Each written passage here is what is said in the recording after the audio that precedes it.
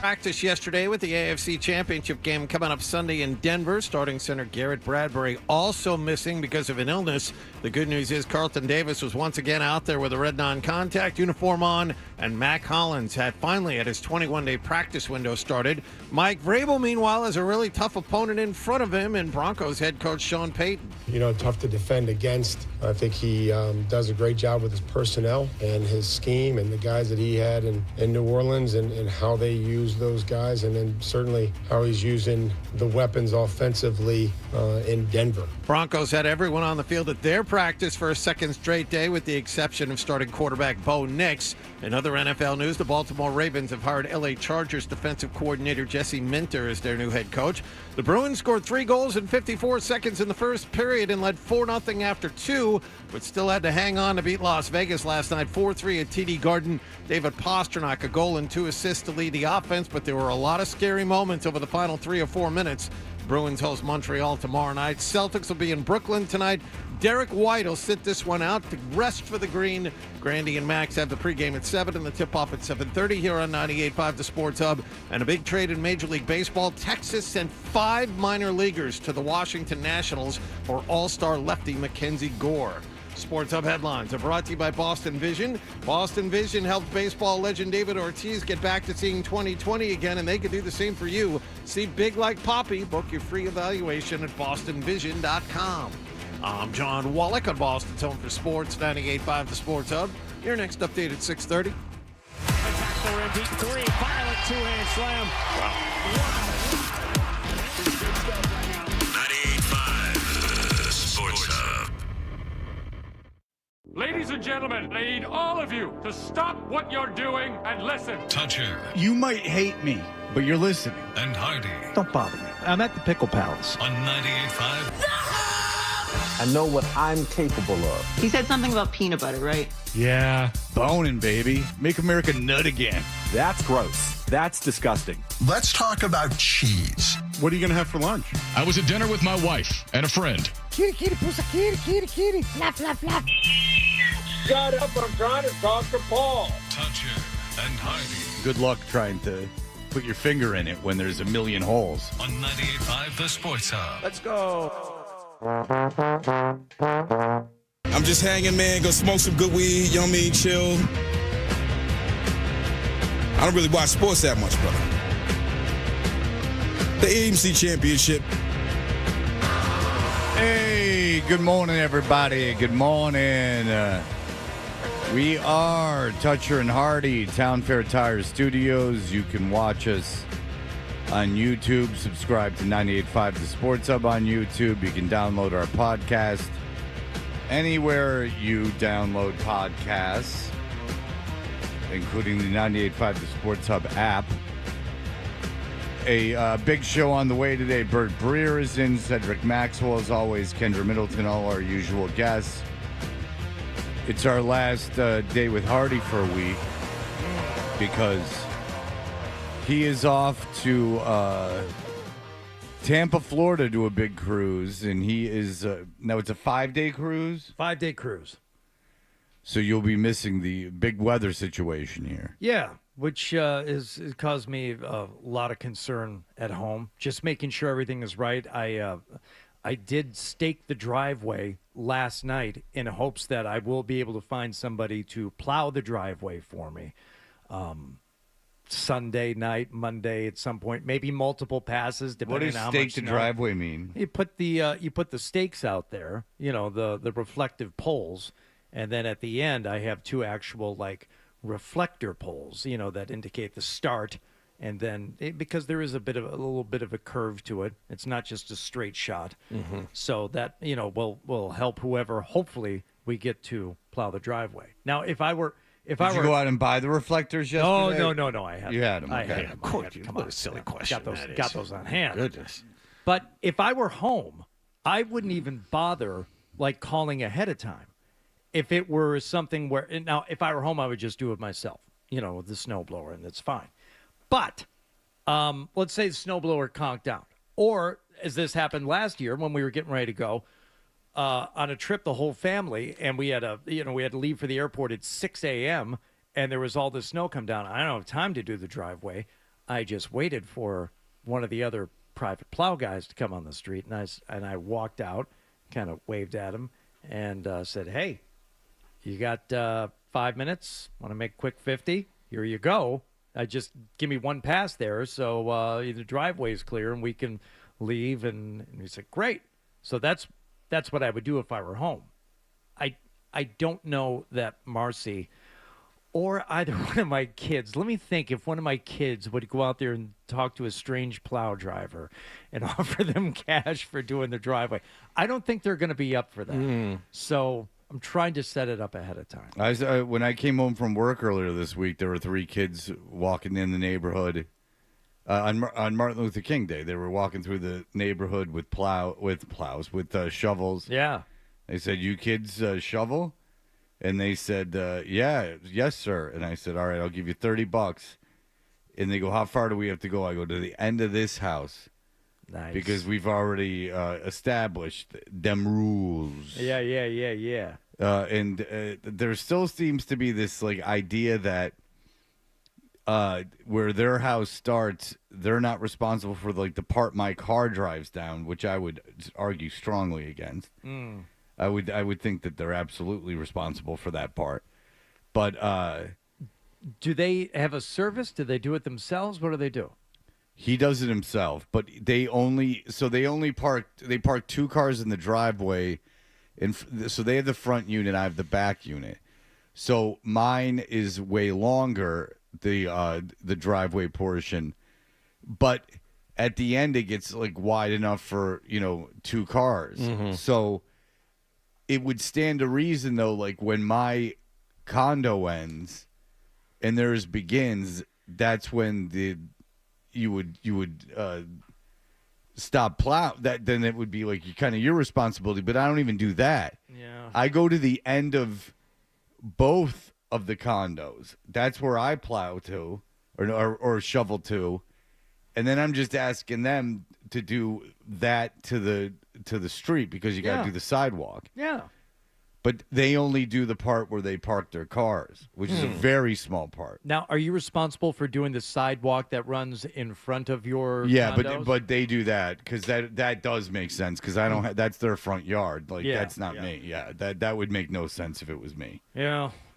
So you're responsible for that? I'm lucky, and I have sidewalk runs right at the end of my front yard, and we have the sidewalk plow. Come out, you can do it. It's the taxes. You like those little plows? Good. It's the taxes from the fast food restaurants they let appear as soon as you get into. All I know is it's less for me to do. God bless the fast food restaurants. It's fine. It's that mall money coming in. Yeah. I mean, they just let you build anything as soon as you get in there. You go down Route 9 and you're like, okay, I'm in Wellesley, and then all of a sudden it's like. As soon as you go into that Speen Street overpass, it's gorgeous. It's just stuff everywhere. It's fantastic. There's no rules. No rules. A lot of commerce. Enough to plow my sidewalk. Got a tree in sight. That's true. Parking lots and Dick's Sporting Goods. Yeah. Just in just don't traffic. forget Burton's on the left. A Christmas tree store. No, that's gone. Not there. Oh. That's gone. You have one of those Burlington coat factories? No, I think no, we do not. That's gone. Yeah. Well, listen, there's a lot of overturn in the Natick business area. Mm-hmm. Very true. I do like the Natick Mall. I do go to the Natick Collections, Mall. Fred. Natick's Collections. My problem. So the other option for this cruise, good enough for a pickleball palace. I'll tell you that. You better believe it. Yeah. Was for Marcy to go with me. Which a lot of people are like, she's not going. You're going by yourself. Yeah, I've said that. Yeah, the original thought was, well, number one, she's not crazy about cruises. I think she was on one once or something, but like, not really her thing.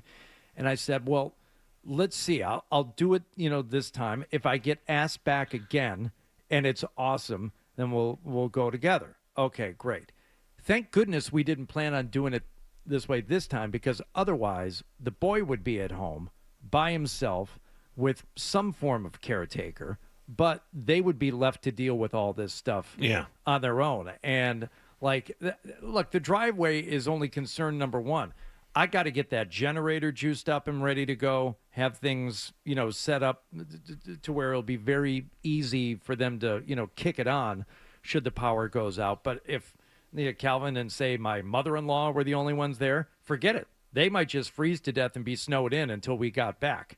I wouldn't expect them to,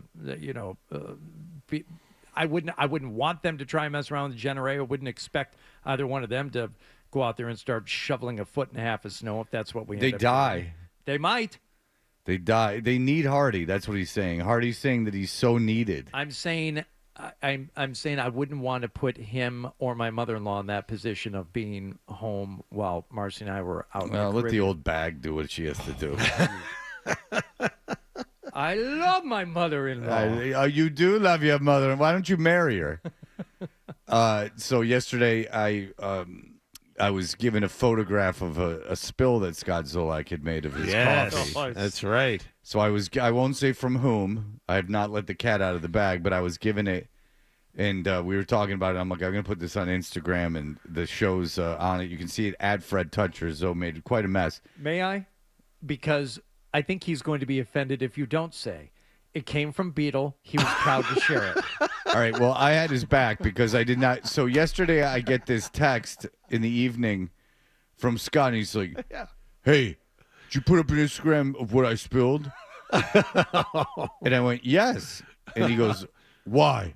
And I go, I thought it was funny. And that was the end of the conversation. So you telling me Zoe just hung up after that? No, he didn't. He texted. He didn't. Oh, that's right. Pretty sure they talked about it on the air.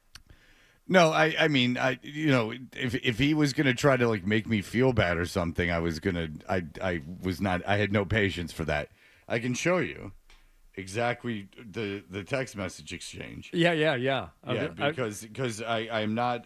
And far be it from me to tell you how to handle this, Fred, but please do not alter the actual text. Yeah. Oh, it's not a lot. You tweet my spill out? ? Yes, 2 exclamation points. Why? No punctuation. I thought it was funny.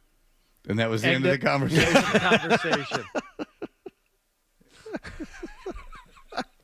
I think it's so funny that Zolak, who is all over everyone all the time, if they make one mistake, makes a mistake and is offended by this. Well, I wasn't gonna play the game of oh, are you offended? Oh no, seriously. Oh, did you get in trouble? I'm sure you got in so much trouble.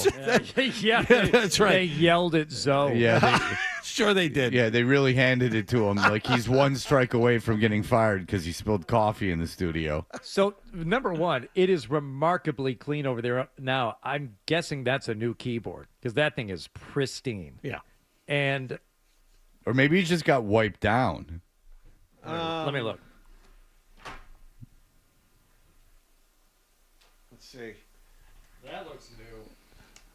Well, that's a $5 keyboard, so look out. Well, now it might have been used underneath a desk somewhere in the engineering room, but it's a different keyboard, if nothing else. But if anyone else spilled the coffee, it wouldn't have been funny at all. It's just that it's Scott, because Scott keeps getting crap for eating, and you're not really supposed to eat or drink in here. The drinking and eating thing is ludicrous. I mean, it's insane if you're doing a show every day that you're not going to have.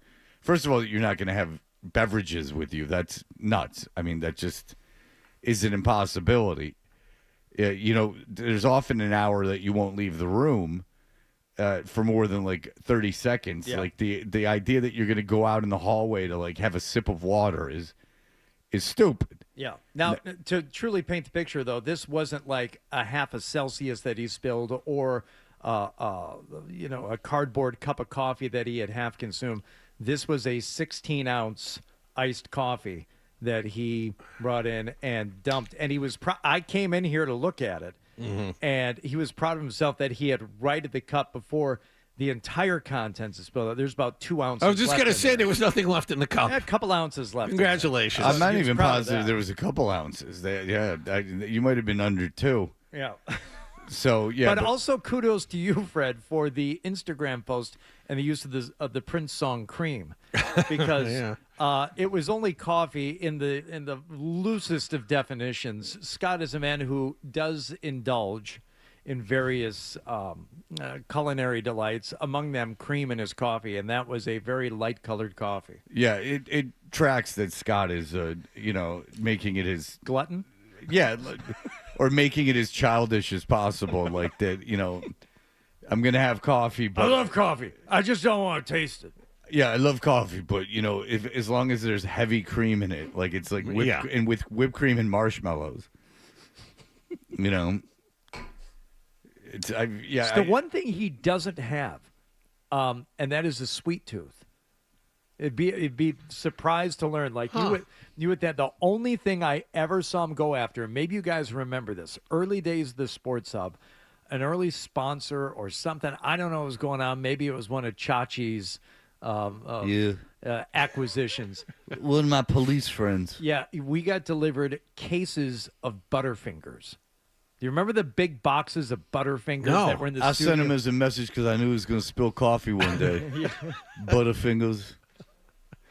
And peeping. That was the one sweet that I ever saw Zoe lose his mind over. And when I say lose his mind, he would consume 4, 5, 6 Butterfingers a show, like the regular bars. Yes. Like, oh my God. Yes. Until they were gone, and they were gone after about a week. But he was just. Oh my God. But you guys took all my Butterfingers away. I was gonna give them to the chickens. They need to wet their beak too. Fred, now that I'm not on the station anymore, you are persona non grata. I love Harry Balls. I indulged you for too long. Now hit the bricks. Did you ever take a nap on his couch in Chachi's office? No, but I went into Chachi's office and hung out with him every single day. Yeah. Maz was fond of taking a nap on that couch. Yeah. Because there wasn't any work being done in the office. Look at that canceled It's not like check. you were going to be bothered by the phone ringing and meetings going on. That's right. Parental may come in because I stood by him. That's something to be proud of, Chachi. Yeah. Boy. Yeah. I always had his back. I always had his back because he got screwed just like I did. Unfortunately, It was an that is Oedipus correct. of Laquadera. In Korean, Chachi means penis. Yeah, now that you can't put me on the air no more, I got no time for you. Do you try to reach out to him? Or I have in the past, and he's just like, Patui on you. yeah, I do think it's funny when I've a couple people like that. The musician Butch Walker was like my best friend in Atlanta, and then I moved to Boston, and I really couldn't do anything for him, and like I just never talked to him again. Oh, like it was just, and it just became obvious he was being nice to me because I was on 99X. But I hung out at his house like 3 days a week. Like I would spend weekends there. Like it was quite a lot to just get some DJ to like hang out with you, like to talk about you. Like it was kind of weird. Oh wow, they're saying 18 plus inches of snow Sunday into Monday. Oh. Well, the best chance of getting that much, it doesn't mean that we will get that much, but if you are going to get 1.5 feet, it is within that. It's kind of like the 95 circle there. Yeah. So I will be broadcasting from home on Friday for the first time in a long time, maybe a couple years. You going to do a line test later today? Yes, I am going to meet with Dennis after the show. But like they were like, do you want a hotel? Do you want this or that? And I'm thinking like, it's just I bought all this equipment, bought like thousands of dollars worth of equipment. I have this in my contract that I can go broadcast from like somewhere else for like a week or two a year. But I just don't want to do it anymore. Like it doesn't matter to me. I'd rather just come in. I don't really want to just hang out at my parents' house for a week doing the show. So, and I like coming in now, but like I thought about it and I'm like, Felger's never here. I'm like, 18 inches of snow are coming and I bought thousands of dollars worth of this audio equipment. I might as well just broadcast from my house. It's the day after the AFC Championship game. I think our show's pretty set. Like, it's not going to be up to me. You're going to talk about the game? A little bit? Depends how my weekend goes. Right. Depends if I have any like hot stories from the weekend. But Perillo's going to be with us, so I figure the show is what percentage of I can tell you the percentage I'm going to talk. Say I talk 50% of the show. On Monday, 15% of the show. Yeah. It's going to be setting up Paulie. Tell Paul. Yeah. You text him because he's your buddy. Tell him, come in ready to talk. Make with the analysis. Yes, indeedy do. I will answer the phone through my my system at home, and I will be on the. But I'm warning everyone now that I will be broadcasting from home, and that is something that I have every right to do more than I do it. But yeah, I thought about it. I'm like, what do I get to stay at a hotel in Waltham that I broadcast from my house? Everyone else does. All right, we'll be back in just a moment. Catch up with everything that happened last night.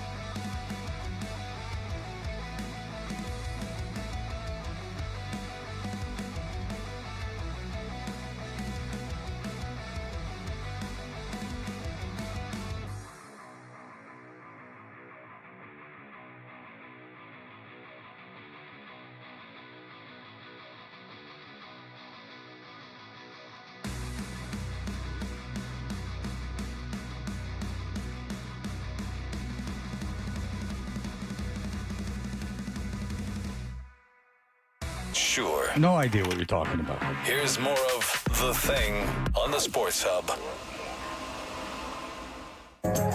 Did you catch a game last night?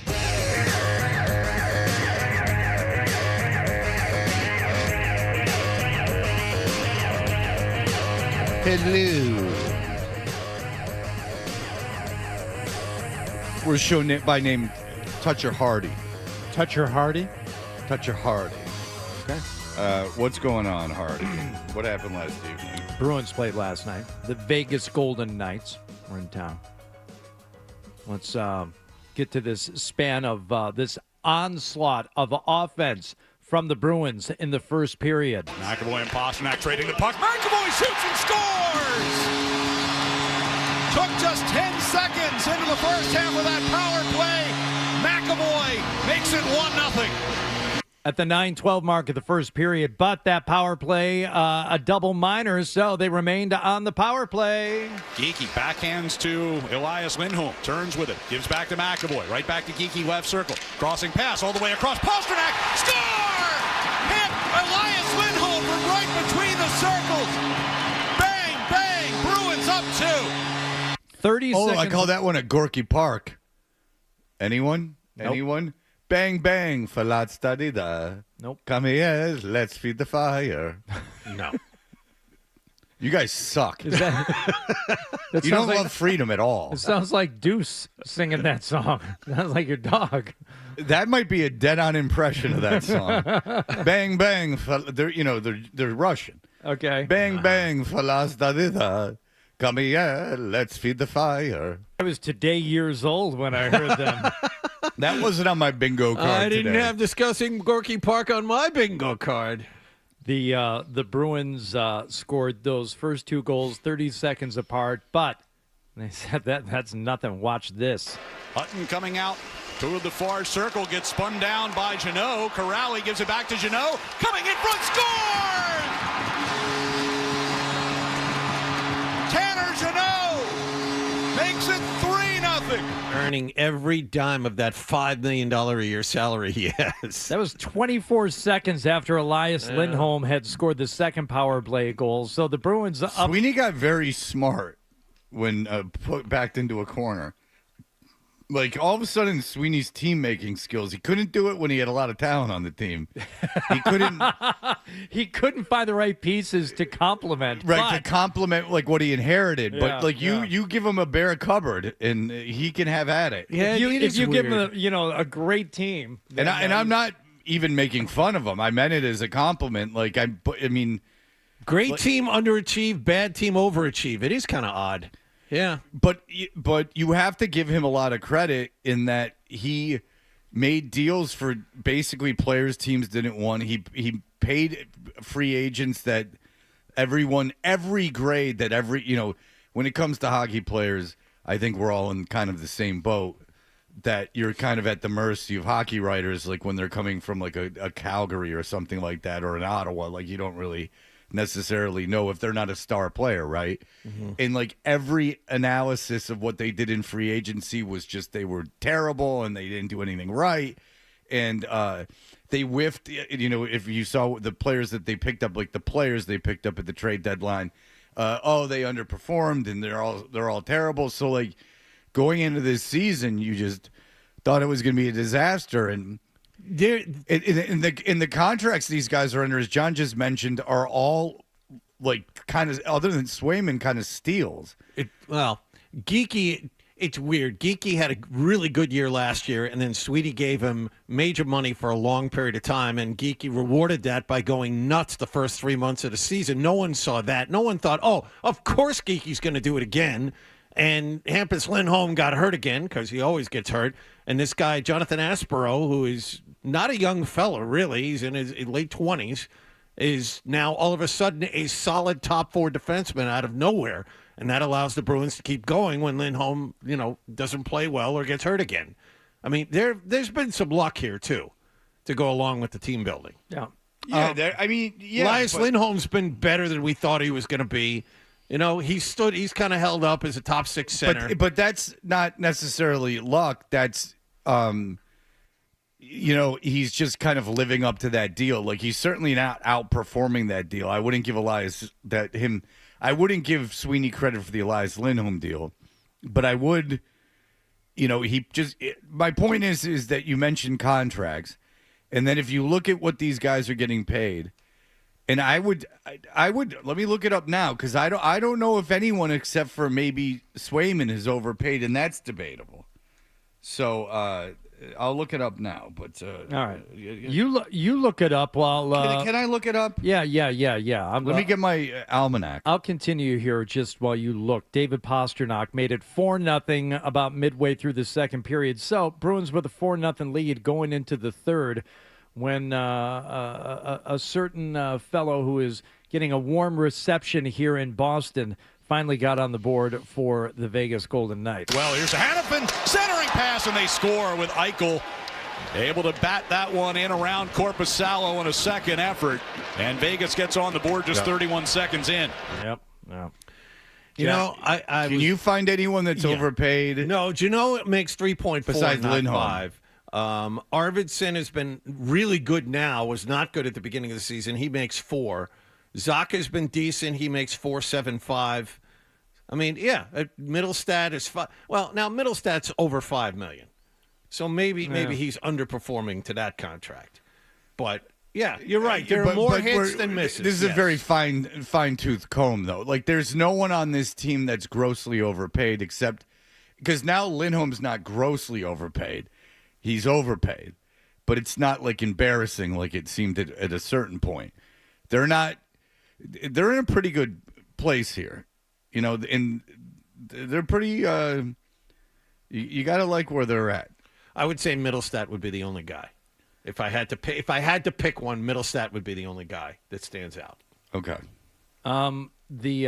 The Knights would not go away quietly, though. But that's only 2 years. That's only 1 year after this. Mm-hmm. I'm sorry, Hardy. That's all right. John and I are having a side comment. I know. It's fascinating. It's not too much. It's a little bit. It's okay. Well, I mean, you got to get to every highlight from the game. So where are we? They're up. You got to go through every contract. They're up 4-1, right? They're up 4-1 at this point. Else? Is it? All right. They're up 4-1. Eichel has just scored at the beginning of the third period. Right. It was 4-0. Now it's 4-1. Now it's 4-1. It would be that way going just for a couple more minutes when they would the Knights would score again on the power play, and then with the goalie pulled toward the end of the game, that's when things started to get a little tight. Eichel gives to Marner, center of the blue line. Into our right circle. Down low, Dorofeyev in front, score! That looked to have gone off a skate. Might be Stone, and it's 4-3 with 2:35 left. Hard to imagine you get nervous watching a hockey game that you had a 4-0 lead in going into the third period, but there's no way you weren't nervous at watching the end of that game. As soon as Vegas got that first goal that fast early in the third period, I mean, you take a look, and you were saying... They have so much talent up front, oh my God. Forward, the top 6 forwards they have... Well, just listen to the highlight he just played. Yeah. It's like superstars. Like every guy who touched the puck there was Marner, a superstar. Eichel, Stone, Eichel. Yeah, I mean they're loaded. Yeah, and they just got this guy Anderson, who was not there, but he is a very good defenseman as well. So they're loaded, man. They're a threat to win the whole thing. And the Bruins need Korpisalo to bail them out a couple of times at the end of this one. Hannafin sends it back up top. Coughlin with a shot, save made by Korpisalo. And he's got it. Zadorov gets in the face of Lisinski. He was looking for a rebound. Now, a little chippy last night. Bruins would hold on to win that one last night 4-3. Okay. Jeremy, let's see. Korpisalo made 30 saves. They had 32 shots last night. 20 of those shots were in the third period. 12 combined in the first two. That's bad 20 grouping. In the third. That's bad grouping. And it watching the game, it was exactly as the numbers would indicate. The Bruins played defense only for about, 8-9 minutes to end the game? They iced the puck about 75 times, but they had maybe one shot in the final 10 minutes. But they won that face-off with 1 second left. They did. It was. I think it was the Eichel goal. I'll have to go back and look at it again, where it just seemed like they got caught napping a little bit. And again, it's Eichel, so he's going to be able to perform. But I guess it's hard not to when you got a 4-0 lead going into the third, and you figure, well, what am I going to skate my ass off here for the next 20 minutes? We're going to win this regardless. They won the game, so that's good. They won the game. All right. Let's talk more contracts. No, let's save the Patriots stuff for a minute here. Still 4 minutes left in this break. I think we filled up a decent amount of time with that. That was all right with me. It was fine. But we also want to find out about this Hafley fellow who has been hired down in Miami, much to the surprise, I believe, of the Dolphins owner. So let's hear let's hear Mr. Ross, as we have to refer to him because he is the owner, introducing the new head coach for the Dolphins. Enthusiasm, the knowledge, the background.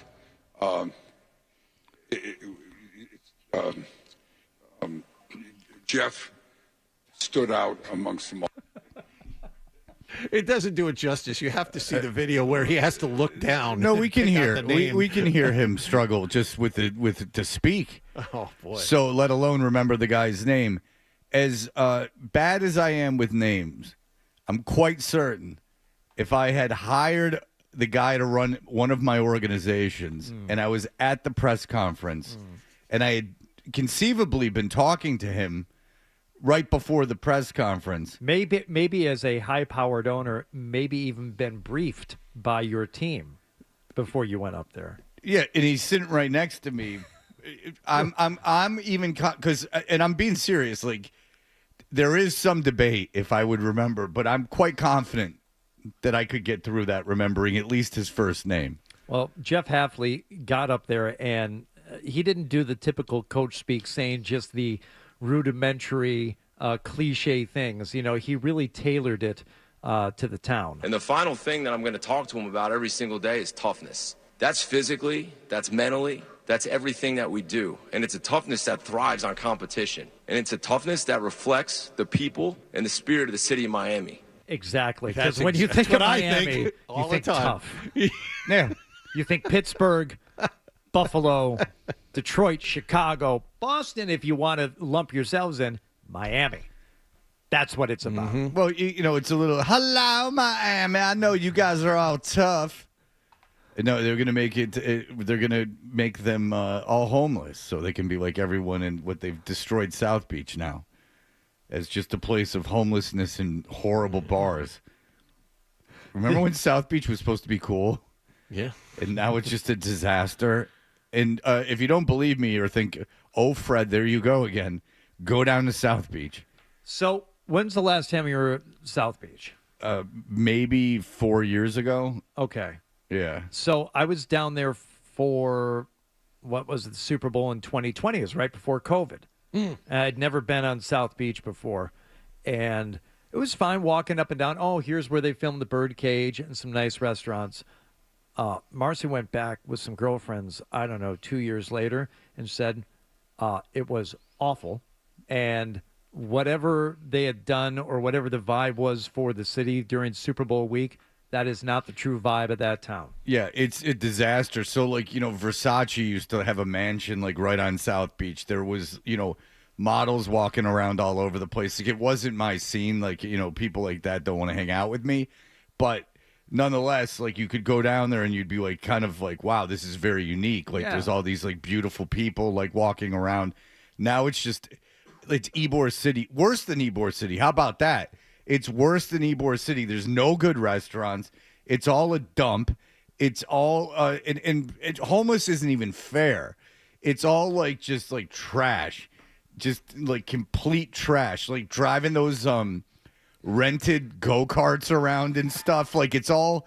It went from like, you know, it's not my scene again, but like these, you know, very exclusive clubs. I was going to say the vibe before, I think, was one of like wealthy eclectic. Mm-hmm.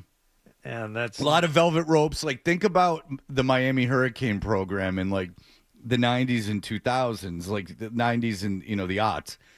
You know, if you went to Miami, wow, you're with all these beautiful people and like these like lavish lifestyles, and everyone's got like a yacht and all this stuff. Right, and it's not like we belong there either, but it would be fun to go look at it and try and be like on the fringe of that type of lifestyle. Oh, yeah, like I said, like I don't belong there and they don't want to hang out with me. I totally get that, but at least you saw for their like beautiful people in quotations here, like seeming to have like this wonderful time. Now, I'm not one of them and they don't want me, but at least, and it's not something I necessarily enjoy, but I get it. Now it's just awful. Boy, they can't get out of their own way in that state. Just awful. Oh, boy. We have a call that we got to take. Oh, good. Yeah. We'll take it after the break. Matt, you hang on. It's important. It's for you, and I think you're going to like it. Okay. Oh. All right. We'll be back in just a moment. Sports Hub headline.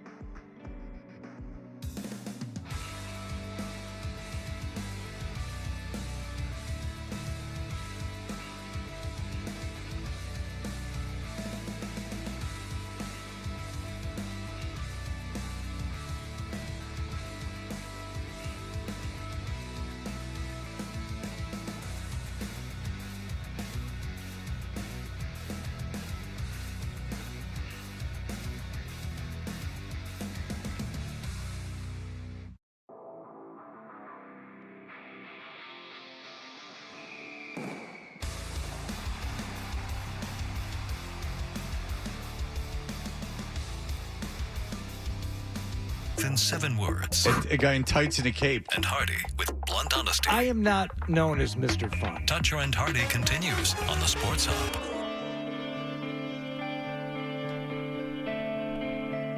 Hey, we are Toucher and Hardy.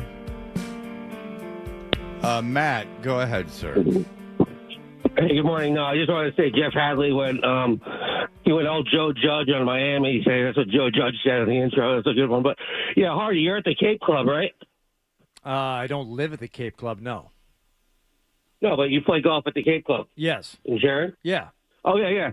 Yeah, good. My buddy Jamie, we work at Shelter Harbor Golf Club down in Charlestown, Rhode Island, but he just took over as a superintendent. So just wanted to I've been wanting to call you up because you got a good one here. He's a really great. He's a hard worker. He's going to get that club real nice for you. All right. So, what's his overall philosophy when it comes to let's start with the greens. Is what's his mantra when he goes out every day? Well, I do what Mike Grable says. I speak for myself. Yeah. You have to ask him personally, but I'm sure he knew that you were there. He told me that because he listens to you a lot. So. Yeah, Hardy's a celebrity. Yeah, There's no question. We all know about this. Yeah. Does he use the all of Eastern what's that meter thing with stimp meter? Stimp meter. Yeah, the stimp meter. What kind of stimp meter? We have 15 stimp meter greens at Shelter Harbor. They're like putting on your hardwood floors, so you're not going to be unhappy. I'm going to tell you that right now. But you're going to be very happy. If they're rolling at 15s, I'm not going to be pleased. Yeah. See, no, but they'll be pure. No, I know. Honestly, the kid's a great kid. He's going to work his ass off, and you're going to be good. Hopefully, you're going to be good. All right. All right. Thank you. Talk too much. Thank God. I was worried. Can you get him back, please? I want to find out more about Jamie, and we'll talk Low Shelter Harbor too. We'll talk both. Sports Hub Golf Club starting again Masters weekend. Well, maybe I'll have Jamie on the show. In April. I was just going to say we have to wait all the way until April. Yeah. Oh. 98.5 the golf. But you could tape it. You could tape it soon. Yeah, and that's just, evergreen, get it baby. in there. You can do it now. You can play whenever. I'm starting to put stuff in the can now. Don't you worry about it. It's never too early to be looking ahead. Never. Yeah, preparation, my friend. There's big new that meeting I had yesterday. Big new golf academy, sports academy, school. Think of it like a IMG type situation going in here close by to Boston. Ooh, with it, which is going to be not for my kids. Your kid. This is a spot for him. For golf, baseball, lacrosse, fencing. They're going to have a baseball IMG academy in Massachusetts? It's not IMG branded. No. But it just seems like IMG has the advantage of being in Florida and having a sprawling outdoor campus. So this is the part of their calculus in that some people, and I think you among them, weren't too keen on the idea of sending your kid away to a different state at the age of 15 or 16. Well, the thing about IMG is they never once brought up academics. In the entire time they were trying to solicit my son. They never literally, I probably talked to the guy for an hour and a half over the course of 3 phone calls. He talked about scholarship. He talked about giving a scholarship. He talked about what team he envisioned him being on. He talked about his college chances coming out of there. He talked about all these things. He never at one point brought up anything academically. And, he is in high school. Right. He's not at LSU, looking to get into the NFL draft. So this new school, they partnered with a long-established private school in Boston that didn't have any sports, but they said, okay, we want the academic thing right away because otherwise you got to wait 4 years for accreditation. So kids who actually went there in the first year as seniors wouldn't be able to get certified diplomas. That's taken care of. They've got all of that in place, but. Look, I was in there meeting with the guy who started it and one of the golf instructors because all I'm looking for is to get some chipping tips. That's all personally I want out of this deal. But it's like a different world. You people with your star athlete kids, Well, no one said my son was a star athlete. But he's a very good athlete. He's a good athlete. He's a good athlete. Yeah. Sean Payton speaking yesterday ahead of the Broncos matchup with the Patriots on Sunday.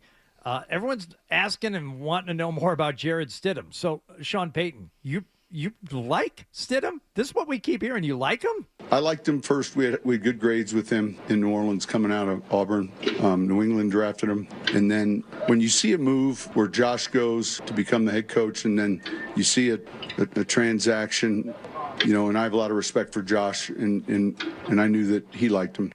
Okay, good grades, huh? Coming out of Auburn. What round did the Patriots take him in? So fourth. I thought the same thing. So Darren McKee, the guy who was on our show, the radio guy from Denver, I went on his show yesterday, and there's a guy on his show that was on the Broncos when McDaniels was coach. Oh. And he said that he hates McDaniels more than any other human being on the planet. Wow. And he said that you can go to his Twitter and look at it, and they're like, and they sent me his info if we want to have him on, but we don't want to have him on today. There's too much going on with the AFC Championship game and stuff. But yeah, it's his name's Tyler Columbus, and he hates Josh McDaniels. He said he personally despises him. Would you consider that an irrational hatred on the level of Zolak's hatred of shark expert Greg Skomel? Does it not really track with too much hatred? No, it logically? sounds like I don't know the circumstances of it, but it more seems like Ted Johnson's hatred of Belichick. Okay. All right, that's good. I like that. I mean, the guy played for him. So the guy played for Josh McDaniel and hates him. He said McDaniels doesn't seem that hateable. You may not have agreed with his philosophies and stuff. Really? Head coach? As a head coach, sure. Okay, so as a head coach, he was seen as a poser. Am I misspeaking here? In two different places. Well, if he hates him, it wasn't because he was a poser. If he hates him, it's because he did something to him. I get the hatred of Patricia more than I do McDaniels. Well, yeah, because Patricia acted like a fool. I mean, Patricia embarrassed himself. I mean, Patricia. But that's acted just because like a fool. I only know the obvious stories and the ones that were told to me directly. The McDaniels ones, even though the players were celebrating in Vegas, I get that when he left. So maybe it does track. Yeah, I certainly have no insider knowledge to Josh McDaniels' personality. I've never talked to him. I have nothing against the guy. I know he was a crappy head coach. You're right. Vegas celebrated when he was gone. I know all of those things. All I can tell you is this guy played for him, and I guess he just absolutely hates him. He hates him more than any other human being on the planet. Crazy thing, because I don't know McDaniels personally, but people who do say the same thing. And the one meeting I ever had with Patricia, it wasn't a meeting, but the one sit down we ever did with him, Fred, you would have loved him. Yeah, I don't doubt it, and that makes it all the worse that he acted like that. Yeah, but isn't that strange that you can't somehow tap into your real personality when it comes to the standing in front of a team? Remember when Eric Mangini went on TV? He transferred to television? Yes. And all of a sudden he was smart and inarticulate and had a little bit of a sense of humor. And I thought, why the hell didn't you act like this in front of the media when you were coach? Right. Why did you pretend to be Belichick? These guys are just so dumb. They equate that to success. Well, it's like the guys who listen to Stern and got into radio and went lesbians. Yeah, that's it. That's all. That's all it is. Is lesbians. But I'm glad you brought up Belichick because Fred, we're told time and time again he's funny. No. Oh, in real life he's funny. Yeah. That's Stockholm syndrome, and I've been told far more what a terrible person he is. So no, I've heard Patricia, Bert likes Patricia, obviously he's at Ohio State, so that's just a matter of fact. But I've heard people say Patricia's a nice guy. That's why it's unfathomable to me he behaved that way when he was the Lions coach. It makes no sense. Yeah. It's just really weird. He must have had no confidence in himself, right? He must have been compensating for his lack of confidence in front of the room. All right, we'll be back. Burt Breer will be in for an hour.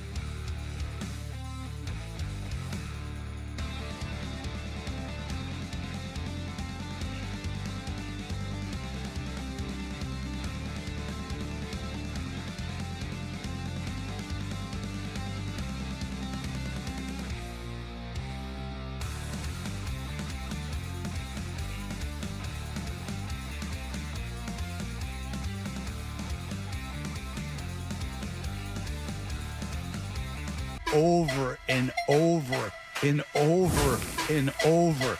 It's just never good. It wasn't funny the first time. Toucher and Hardy, mornings on the Sports Hub. Coach, for about the past month, you've had a message to fans every single week about noise. Do you have a message for them this week with being the final game? Well, they're going to have plenty of rest after this one. 2 weeks. Yeah, you had him saying that, and then you had Sean Payton saying that, and then you had Milton Williams saying he didn't know anything about the quarterback from Denver. There was a bunch going on, a lot of little attacks. Bert Breer is here. We are Toucher and Hardy. You can watch us on YouTube. Subscribe to 98.5 The Sports Hub on YouTube. You can download our podcast wherever you want. Bert Breer is a senior NFL reporter and lead content strategist for the MMQB. Bert Breer is brought to you by Robinhood. You expect more for yourself, expect more from your money.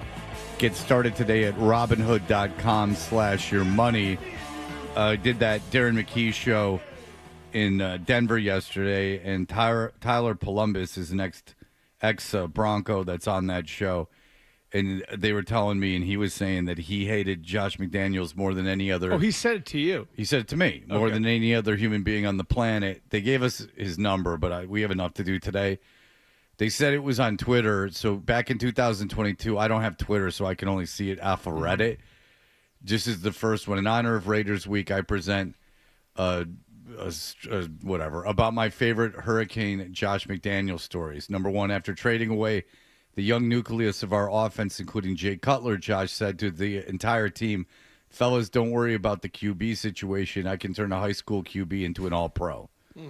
That's one thing, apparently, that he did. And then he drafted Tim Tebow. Well, if you remember, Oh, here's one more. After the season, I had an exit interview with my coach. He spent 10 minutes telling me everything I sucked at, but he looked so depressed and miserable that when he was done, I didn't care what he said about my play. I was concerned for him. Coach, are you all right? Response, that's a hard man to work for. Me, so you're coming back? Coach, hell no. Me, you're getting fired or leaving. Coach, I don't care, but I'm getting the hell out of here. That is one of Josh McDaniels' assistant coaches. Wow. I mean, the stuff that he said about showing bad plays and how much you suck. It's the same story you heard with Patricia with Darius Slay in Detroit, right? Like it was like the first in Detroit with Patricia. Like my understanding was like their first team meeting, like the players come in and there's like a reel of everything they did wrong, and these guys are sitting there. We went 9-7 last year. Like, we're not a train wreck. And that was part of the problem, you know? You want to hear one more? Yeah. After completing training camp with fully padded two-a-days as often as was legal, he hyped up a special reward after practice. Oh, no. It was an ice cream truck and a T-shirt that said Iron Man. Our reward was ice cream. Thanks for the creamsicle. Every single day began with a 10-minute bad football reel from. This is what you were saying, Bert. And of course, the internet screws up. Every single day began with a 10-minute bad football reel from the day before, where he would dog cuss you and your coach for any bad play from practice 24 hours ago. Set the tone for a real positive day in front of the entire team. Yeah, and that was like. Again, like I think like that was sort of the problem with some of the guys, and I think that's why Bill O'Brien had more success than the other guys did, was because he had seen it more than one way. Where didn't try and be Belichick, tried to be himself. No, but I mean, Bill O'Brien would probably tell you that his mentor was more George O'Leary than it was Bill Belichick, because by the time he got here, he was already well into his career.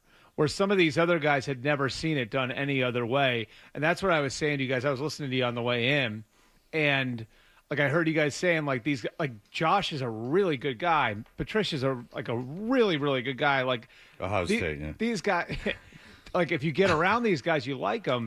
I think the issue in a lot of cases has been when conflict hits. How do you react when conflict hits?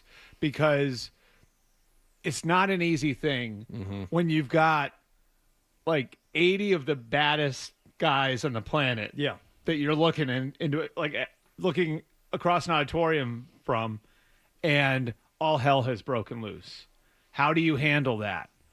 And if you've coached under 3 or 4 different head coaches, well, then you have, I've seen it this way, I've seen it that way. Here's my own personality. Here's how I'm going to adapt my personality to handling conflict based on how I saw it somewhere else. And then, but if you've only seen it one way, and that way legitimately would not work for anyone else, going in and carrying yourself that way, well, then what do you think's going to happen? And I think that's the problem. Especially if it's not in your nature, because there are guys who do have, success, but I think they're like that all the time, or at least used to be, Parcells maybe would be an example. It's like he was, famously gruff, but he was always like that. Right. And you always hear these stories about Dante Scarnecchia, who I don't think was a jerk to anybody, but he was tough. He was prickly all the time. That's just that was his personality. He was a real tough guy. And if you're not a real tough guy, but you saw the tough guy act, work for coaches that you coached under, well, it wasn't an act for them. They may have been actual, tough guys who are just hard asses by their nature. And if you just try and turn that on and that's not you, it's not going to work. It's like with Vrabel, and what works for Vrabel. And Vrabel, of course, Vrabel coached under Bill Cow. Vrabel played for Bill Cowher. Vrabel played for Belichick.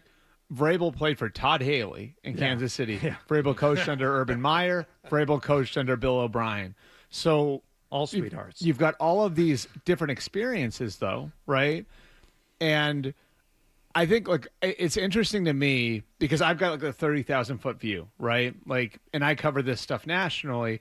It's been interesting to me to hear the reaction on this station and with the fan base here when Vrabel didn't go after players publicly for penalties. That's always been who Mike was. But I think people automatically expected him to be like Belichick. Oh my God, he's giving us some injury information. Did you think he was just some sort of some sort of avatar of Bill because he played here? No. He had a ton of different experiences and a chance to kind of figure out who he was because he saw different ways of doing it. And I'd say some of it is some of what Vrabel does is similar to McVay, which is protect the players. The players. And I think I gave you guys this line that McVay uses, right, with his coaches. The player can never meet his enemy on the sideline. Basically, that means a player comes off the field. He can't look at the guy that's trying to coach him as the enemy. Right. And that's why you see, and who was in L.A. last year? John Stryker, who's Vrabel's. And I think Stretch being there helped to focus what they were doing in Tennessee anyway, where it was the players need to know that you're in their corner. And so we can coach them hard and be tough on them. But there's no need to do that publicly, right? Ramondre Stevens puts the ball on the ground 3 times. He knows he effed up. Mm-hmm. You don't need to get up there on the podium and tell him. Right. How important is it to bring, we kid around about it, but bring guys like Spillane and stuff when you come in? Really important. Yeah. Because the more you talk about it, and I guess the more you know about coaching, if you're to get, and you just mentioned Parcells, Parcells would bring guys with him. They become flag bearers. Yeah. And when he Belichick, first got here, he brought how many New York Giants with him? And then how many Jets did Belichick bring to the Patriots? 2001. I remember Rex Ryan. I can't remember the name of the D lineman, but when he went to the Jets, he made a point of so I have my D line room, my linebacker room, my secondary room. It's I need a captain in each room. And it was Bart Scott in the linebacker room, who came from Baltimore, Jim Leonard in the secondary room. And there was D lineman, I think Williams was his last name, but there was one guy in every room that he knew, that guy knows what the expectation is. That guy knows what we're trying to accomplish. And that guy is going to be able to relate with his teammates in a way that I'm not going to be able to. So that's the other part of it is a Spillane, a Landry. They're going to know what the expectations are, and they're going to be able to relate with their teammates or pass the message on to their teammates in a way that a coach can't. Yeah, because You know who might be wearing the green and white next year, Hardy? You're not going to like this. Alex Anzalone. Oh, boy. I've been carrying the Look message. out. 31-year-old Alex Anzalone with that flowing blonde hair carrying the message of Aaron Glenn. That's the big talk. Really? How do you think the Lions could function without Alex Anzalone on that team? I mean, it would be a real mess. Their defense might suffer. All right, Bert, what were your... When did you find out about Knicks? Did you find out with everyone else? Or yeah, okay. I was pretty, stunned. Because so the story I heard was, so Sean Payton goes into the locker room to break the team down like you do after a win. And then he goes to do his press conference, knocks out his press conference. Then he goes back to his office where he meets with the GM and they go through injuries in the roster and all that different stuff. And a trainer came into the office. Then after he'd done his press conference, the trainer comes in and basically says, "Yeah, sorry, coach, Bo broke his ankle." Jesus. And so at that point, Sean called a second press conference, which is when he came out dressed like the lumberjack. But I thought that was I thought that was smart on his part, just to get it out of the way, get ahead of it. I mean, look, I think his whole thing was like the players have Sunday off. They're not going to be back in until Monday. I don't want them finding out some other way. They were already starting to leave anyway. So, and I do think, like, to some degree, it projects confidence in Jarrett Stidham. Yeah. Right? Like, if you're trying to hide it, then, but if you want to, like, really project confidence and we're behind him and just watch, we're going to be fine. If you want to project that sort of confidence, because they could have hidden it for at least a little while, because I don't think someone would have found out over the weekend. No, but they could have hit it that day. They could have hit it for a night. maybe a night, right? yes. Like because but you still have the problem with the off day on Sunday. He didn't. No. Eventually, it would have got that was the whole problem. No, but he would have made the whole problem. But like, if you could have, he didn't leave the game. He threw. He threw the ball on the broken ankle the next play. Right. My point was that I liked that Peyton came out. Yeah. And a lot. I don't think many coaches would have. That he came out and did the secondary press conference to make that announcement. And I do think it was smart because, you can go into if it would have come out or not, and I don't, maybe it would, maybe it wouldn't have. But I agree. I think that it's just like at that point you're moving on. Right. Now, it's terrible and most likely costing you an opportunity to win this game, in my opinion. Yeah. But, it does... There's part of me that thinks... Oh, you're doing it. Oh, no. What? You've had way too much time to think about this, there's part of me that thinks Sean Payton likes the challenge. Well, we talked to a guy in Denver. Fine. Well, I think he has an ego, and I think, there's a part of him that's like, you want to see how good I am? Watch. Okay, so we talked about this with a reporter for the Denver Post. Yeah. And Sean Payton's, everyone knows he has an ego. Everyone saw him on television, all these things. If Sean Payton manages to win this game for 2 weeks, the entire narrative of the sporting world is going to be the brilliance of Sean Payton.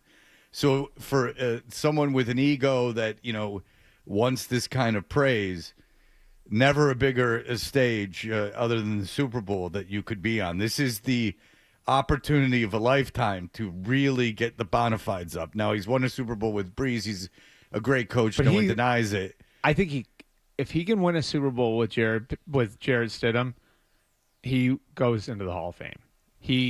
For sure, but I don't think that's possible. But I'm just talking about if you win the AFC Championship game, and I don't think it lasts more than 2 weeks. I think probably the two best teams left are the two NFC teams. Yeah, I agree. So it's tough, but even getting to the Super Bowl with Jarrett Stidham. Well, that's why I say the 2 weeks, because if you lose the Super Bowl, no one remembers who lost the Super Bowl. I don't think, unless you were the better team. I don't think it's enough. If you had gotten to the Super Bowl with Jarrett Stidham and he was your quarterback for the last 6 games of the season and took you through the playoffs, that's one thing. But just to win a game and then go, if he wins 2, I think that's more impressive. that he didn't play the 6 games. But it's just one game. For 2 weeks, though, I said. I didn't say for the rest of his life. No. But we're just talking about like the whole how much does that elevate his? This has legitimately never been done before. If he pulls this off and wins the Super Bowl, this has never been done before. I was just talking about AFC. Well, no, because Jeff Hostetler came in mid-December. Yeah. Nick Foles came in mid-December. Like Brady Warner was way early in the season. Like this has never been done before, where someone gets hurt at this juncture and wins the Super Bowl. Yeah, we jumped Super Bowl. I'm just saying that if he wins this AFC Championship, he gets 2 weeks. He gets that over coverage of 2 weeks. Yeah. Because nothing's more over covered. Sure. Than the AFC champion and the conference championship games, because there's nothing to talk about for a week and a half until you get closer to the Super Bowl, unless Eugene Robinson goes out and gets a hooker or something. There's like really Fingers nothing. crossed. Or Barrett Robbins goes to Tijuana. I don't remember. Right. I don't know that story. That was the Raiders. I remember. You don't remember that one? No. Oh yeah. No. Oh, that was before they lost. That rivals Eugene Robinson. That's like right there. It does. He was the starting center, right? And that was before the Raiders lost to Tampa in the Super Bowl, right? Yeah, and the Super Bowl was in San Diego. Gruden was the head coach of Tampa, and they beat the Raiders in the Super Bowl, and the Raiders starting center disappeared the night before. Right, and they found him in Tijuana. Yeah, but didn't he just he just freaked out though. Eugene Robinson was the NFL Man of the Year, and like this big Christian guy, and they found him getting a hooker. It wasn't a great look. No, I felt I do remember I felt sorry for the guy that they found in Tijuana. It seemed like he just lost his mind. Right. And, Eugene Robinson was a different. No, case. Eugene Robinson just was like, I want a hooker. Like, and who gets caught doing that? That's a little bit like, well, the Man of the Year thing is kind of like the guy covered in Dallas. So the teams I covered in Dallas, especially the 2008 team, was colorful. It had Terrell Owens on it, Pac-Man Jones, Tank Johnson, Roy Williams. Like it was. Did you have that guy Sam Hurd, the drug guy? There was actually So like that's what I'm getting to. Yeah. So there was a corner of the locker room that Pac-Man was kind of like the leader of that they called the D block. Okay. Right? So. All right. But there was one player in the locker room who was the Bible-thumping do-gooder. And that was Sam Hurd, who wound up being he was like an international How many drug pounds dealer. of marijuana But did it they was find on marijuana. him? It wasn't marijuana. It was coke. I thought it was marijuana. I thought it was marijuana. I thought it was marijuana too. Oh. You sure it was coke? I got to double check. Because I think it was marijuana. I thought it was coke. They found him with like 50 pounds of marijuana. Yeah, but I was like, I thought it was coke. And I was like, why are you wasting your time arresting this guy? Yeah. Oh, big deal, 50 pounds of marijuana. If it was coke, that's a different story. If it's coke, then he's dealing with December 14th, 2011, Hurd arrested in Chicago for allegedly attempting to purchase and to distribute large quantities of cocaine and marijuana. Oh, okay. Well, then he's dealing with like Colombia or like Bolivia or something. So I'll give him credit there. The quiet ones you got to worry about. He was negotiating deals for kilos of coke. Yeah, he was the one. He was the one who would Oh yeah, and it's always that guy. We have to break, but like because those lame guys that used to import weed to Miami. It wasn't even like they were just nerds that like had a plane. I mean, that was nothing. But yeah, you're dealing with we got Jay Ratliff. Sorry, we have to break, but we'll be back in just a moment.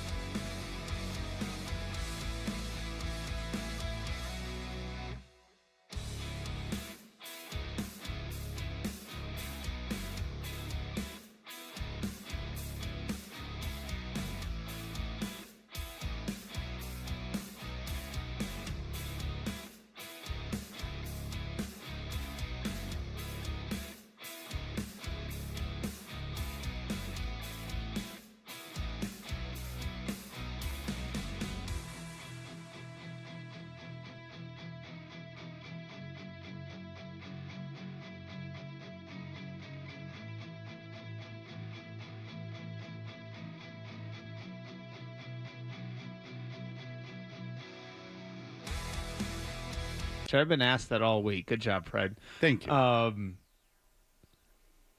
think it would be a legitimate toss-up. I'd probably take Denver. I think Bo Nix is the one thing that's underrated about Bo Nix, and I know like a lot of people don't love him as a quarterback. It is kind of funny listening to the conversation around here go from I heard for 3 months Bo Nix sucks, and now it's like the guy you can't replace. Well, the thing about Bo Nix is I did see Denver play a few times this year. I probably saw him play 5 huge times. Throws at the end of games. Right, and if the defense isn't playing well, he was playing well. If he played bad all game, he even with his legs, they won. Yep. Like they won. That's the thing. Regardless of what you think about him, Denver still won a lot of games with him at quarterback. And there were games where the defense played poorly and he played well. So I thought if Knicks was playing, that Denver would win. I did. I think them at home was the difference. I Denver at home with Knicks. It's one of the few, like there are maybe a handful of like true home field advantages left. Yeah, Mm-hmm. I would pick Denver. And that's one of them. Like Denver, Seattle, Kansas City. I mean, there aren't very many left. Most of these places are such cookie cutter, But not Kansas City for long, but Kansas City for the time being. Right. Yeah. But isn't that awful that they're going inside? That sucks. Thank God for the Bills, because the Bills are going to be outside on grass. Like they're the one team that's actually doing it. But they're a city that maybe couldn't have gotten stadium right. acts to They're come. like I think it's like some self-awareness on the part of Buffalo. Yeah. like if we're not getting a Super Bowl here. Like, let's not pretend. If you're a touring band and you're playing like New York City and Toronto, why are we going to stop in Buffalo? Well, I would can think, I sell out a stadium in Buffalo? No, yeah, it's hard. That's part of it too. Is like if you live in Buffalo, Toronto is like hour and a half away, I think. Well, right? yeah. Remember when they used to have a couple Buffalo games in Toronto? Yeah. So like if you want to go to a big concert or whatever, it's not that big a deal just going to Toronto. I'm just saying Buffalo, for a lot of major tours, the reason that these stadiums are indoors is not the comfort of the football fans. The reason these stadiums are indoors is because they can be used as multi-purpose. And that's all it is. Right. And it makes sense because they cost billions of dollars to build. The price point got to a point where they couldn't justify this is just a stadium for 10 football games anymore, so they have to put – it's sort of the genius of Jerry Jones, like in that when he built that place, he was like, no, I'm not building this just for football. We're going to have boxing matches here. We're going to have swim meets here. We're going to have like whatever you want to put in there. They had swim. I'm sure they sold it out. Yeah. Which is crazy, but like it's part of his genius. If Ryan Lochte was there, I'm sure they sold it out. Yeah. But the thing is, how many stadium acts, I guess is my point, would go to Buffalo? But that's in Dallas, Texas, right? Right. Well, it's a major market. Yeah. If the Patriots have another, let's call it lackluster offensive performance, okay, and other parts of the offense were functioning okay, but Drake May wasn't great, and I think you can say that the left side of the offensive line had its issues. May have been some play calling issues. Who do you think, if the Patriots end up losing to Denver, and it is a direct result of their defense overpowering, who do you think will bear the brunt of the blame? Who I think it's going to be exposed. So I think, I think it's a good question. It's a good question. It is. He didn't want to use it twice in one. Yeah, that was exactly what it was, Fred. That's a good read. I think it would be the offensive line in all likelihood, because I think if Denver is going to beat them, it's going to be like what Houston was starting to do, and I think Houston's defense actually played pretty well. The problem was the offense kept screwing them, and it wasn't just the turnovers; it's the three and outs. It's like we have to go back out there again. Drake May didn't commit those fumbles in a vacuum. I mean, there was a reason why. The Houston defensive front kicked the Patriots' ass. Yes. They were everything you heard they were. And so I think Denver's path to victory here is in that environment, and a pass rusher will tell you this. One of the biggest advantages the crowd noise gives you is the pass rushers get off, because the tackles are going on silent counts. They're not right next to the center. So the tackles are basically going on movement. They're not going on a snap count. So the edge that they have knowing the snap count is gone. Mm-hmm. So they're going on the pass rusher's movement. And so to me, that's Like, it has to be Nick Bonito. It has to be Zach Allen. It has to be Jonathan Cooper. It has to be Vance Joseph cooking up different stuff. On the back end, they're pretty good. Now, Moss has been penalized a lot, but he's a good second corner. Surtain might be one of the 10, 15 best players in football at any position. And then they have McMillan in the slot, who made the huge play last week on Cooks. Whether or not that was a catch, we can argue that. It was a catch. It was a bad call. I think we can all agree. They're getting, like, Greenlaw just came back. Hufunga is an enforcer over the middle. It's like they gamble a lot. And, I think a lot of Denver's path to victory here is their gambles paying off. And so can their gambles result in them knocking Drake May around? And you probably put some stuff on tape against Houston that's going to make Nick Bonito and Zach Allen and those guys believe that there's a path there. Okay, go ahead. I was going to ask him, unless you want to stick with the game. I just, since he mentioned the catch non-catch in Denver, I was going to ask him about Pagula's comments. I just wanted to ask one last thing about the game.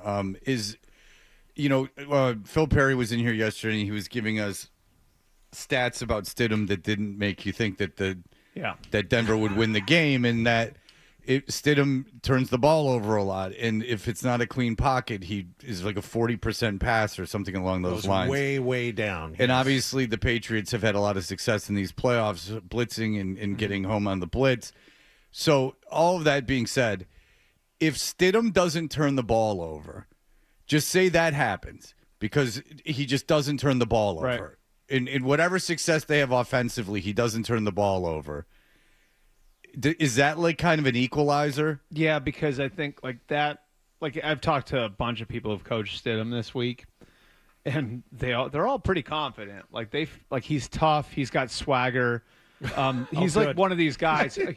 He is I do think he's tough. He's got swagger. We played a cut from Sean May. Yeah, we had high grades on him when we was in New Orleans. Somehow we lasted to the fourth round with all your high grades. Where does the swagger come from? I mean, what difference does it make? He's just confident. He's very confident in his own ability. This is a guy who is a high-end high school recruit. Okay. Played at a big Texas powerhouse. Goes to college. He has been through a lot. He had a rough upbringing. Okay, follow me here. But he's so handsome. Follow me here. I'm trying. Go ahead. All right. He goes to Baylor, where he gets caught in the Art Briles mess. Not his fault, but his college career got thrown sideways by one of the biggest scandals in the history of college football. He lands at Auburn. The offense wasn't a great fit for him there, but he's always had physical ability, right? So he has this physical ability. With the Patriots, he had a back injury that lingered in 20 and 21. He may have wound up being the starter in 20 if it weren't for COVID. But because of COVID and everything else, Bill goes and signs Cam Newton on July 1st. So whenever he's been given a chance, he has underachieved. No, at he the pro played level. really well against San Francisco when he got in there for the Raiders. I'm not saying he's some superstar. I think the flaw with him is not going to be oh my God, this is too much. I think if he fails, it's going to be because he's too confident. And I think if he fails, it's going to be throwing the ball. He's too confident. Throwing the ball to the other team. Really? That's interesting. I think I think if there's an issue here, I heard somebody question this. The toughness is not an issue. Go back and look. There's a play against the Niners when he was on the Raiders in 22 where he got sawed in half by Dre Greenlaw, and there's blood coming out of his mouth. And he pops up, and the team goes nuts because they can't believe that he got up from the hit he took. So who would know if he's? I heard this. You saw that play, and you cover the NFL, so you know he's tough. I just think it's funny that was it someone around here? Yeah. Questioning his. Yeah. Okay, I heard it come up. I heard it come up at one point. I'm like, I think that's kind of funny. I was taken aback. I was like, whoa. Yeah, that's just not the issue. That just seems like something how the hell would you know? Here, I'll give you guys something from somebody who coached him. I pull it up here, that. And look, said, love Stiddy, athletic, smart, accurate, very similar play style to Bo. Will move and make plays off schedule, but has the talent to stay in the pocket and make all the throws. He can make all the throws. But that just being, but so again, like okay. I don't think that. But I'm saying, like, I don't think the issue will be that he craps his pants. That he craps his pants, right? But because this is a guy who's played on big stages before. Like, and yes, it was at lower levels of football, but he's been through a lot. So, look, if we're talking about this being your starter for 16 games, I don't think that works. But with one of the best offensive coaches of the last 50 years in the sport. Sure. Can they make it work for 2 games? I think he's got the talent maybe to make it happen for a couple Coupled games. with that defense. And if it doesn't work, I think it's going to be because he gave the ball to the other team. I never said he wasn't an NFL quarterback. He certainly belongs. He has signed a pro contract. He's deserving of that. But I think as time has gone on this week, and this is to be You're expected. saying people are talking themselves into it. God, yes. People are making him out to be far better than he is. I don't know. I mean, like, I just think, again, so here's like what the way I look at it is, do I think Sean Payton can assimilate what Bo Nix gave him in Jarrett Stidham, especially getting the running back this week, who they haven't had since So early he's going to November. play? It looks like it, yeah. Okay. And if Dobbins plays, that's a big difference maker. Like, Harvey's a good player, but Harvey isn't like it's like losing Stevenson for them, right? Okay. Because Stevenson and Henderson. Sure. Henderson's sort of the specialist. That's what Harvey is for them. So they've been without like kind of their workhorse back for 2 months now. If they get him back, they're getting their center back. Like, there are just some things that are going to allow them to manage this differently. So I think Sean Payton can assimilate what he's gotten from Bo Nix with Jarrett Stidham for 3.5 quarters. What I'm not as confident about is, and what Nix did at, I think, a really high level that he doesn't get enough credit for. He made huge throws at the end of so many of these games. And, like, that throw he made to Mims against Buffalo, which was forgotten in all of this. Establishing the running game and not asking Jarrett Stidham to do too much is a viable reason for Denver winning. The Patriots never win in Denver. There's a history involved.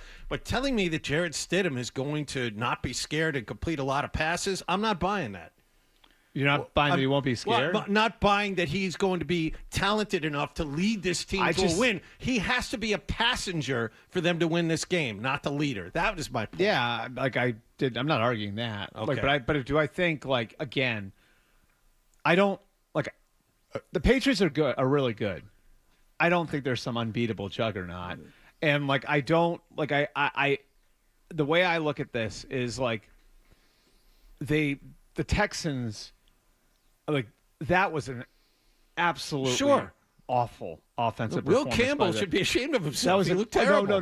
No, but Stroud played about as Stroud played about as bad as you could Okay. play. Like, I don't think you're getting that. And that's the thing is that as terrible a situation as this is for Denver and all these things, and the fact that I think Patriots definitely win because of this situation, regardless of Stidham, his abilities, is that there's no way he's going to play as bad as Stroud played, because that's almost impossible. Yeah, 4 interceptions in the first half. He's not going to have that look in his eye when Stroud had walking up to the line. I've seen that. He's not going to. Yeah, he's not going to throw a jump ball to Marcus Jones for a pick six when he must have been told a million times that week. Take the sack. Just take the sack. Yeah.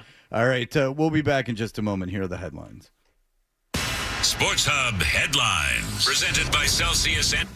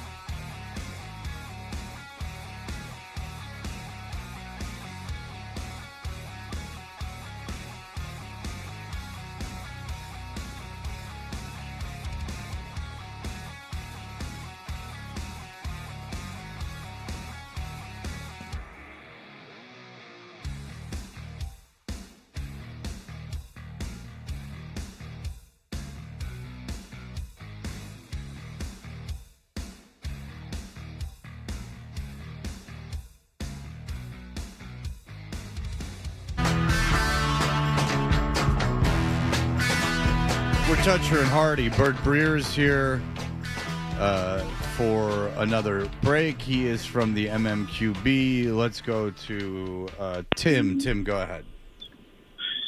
Bert, I talked to you before about Buffalo and the situation with the reliance on Josh Allen. Yep.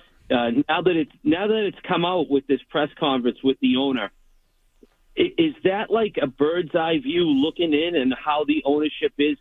It's almost as if he stepped in to say, "Hey, I'm backing this guy." Mm-hmm. But when you hire a coach, the coach comes in and wants to put his own play. Are they going to allow this coach to come in and do whatever he wants to do, or is this owner going to manipulate even more? I mean, Josh Allen's already counted on so much. He's picking himself up off the field. It's just a weird situation. Yeah, it was definitely. There's no question about that. Like, it was strange, that press conference, and I think it was jarring for a lot of people in the NFL because over the last 9 years, they've really become one of the more buttoned-up professional outfits. Like, you don't hear a lot of like weird things from that place, and so I think that press conference was jarring. I think it's also a window into why most people who work for these teams don't want their owners talking. Because what ends up happening is you get a guy up there, and I know you guys went through the Stephen Ross thing. Yep. But you're putting a guy up there who has to answer to nobody. And in the end, he's going to walk off the podium, and everybody else is going to be left holding the bag. Well, Pagula went up there and really screwed up. Like, he went up there. Keon Coleman is not a model teammate, but he is still on the team. That's what I'm saying. He's still there. Before we get into all that, because yes, he said it wasn't the general manager's fault. They took Keon Coleman, who, by the way, is going into his second year with the Bills. Third year, but yeah. Third year, sorry, with the Bills, and they have war room video and at the combine video of the general manager talking about wanting him. But regardless of all that, like, Pagula goes up there and he goes, "That was a catch, that was a catch, that was a catch," and the whole controversial interception in that game. So he keeps saying that, but then they're like, "Why did you fire McDermott?" And he goes, "Because Josh Allen was crying and didn't acknowledge me. And I saw that locker room." And he kept saying he didn't acknowledge me. And then so at one point you're saying, all right, well, if you believe that was a missed call, well, if the call is called correctly, Buffalo wins that game. There's no crying in the locker room, and McDermott's still the coach. So basically, McDermott's not at fault for this because you blame the officials.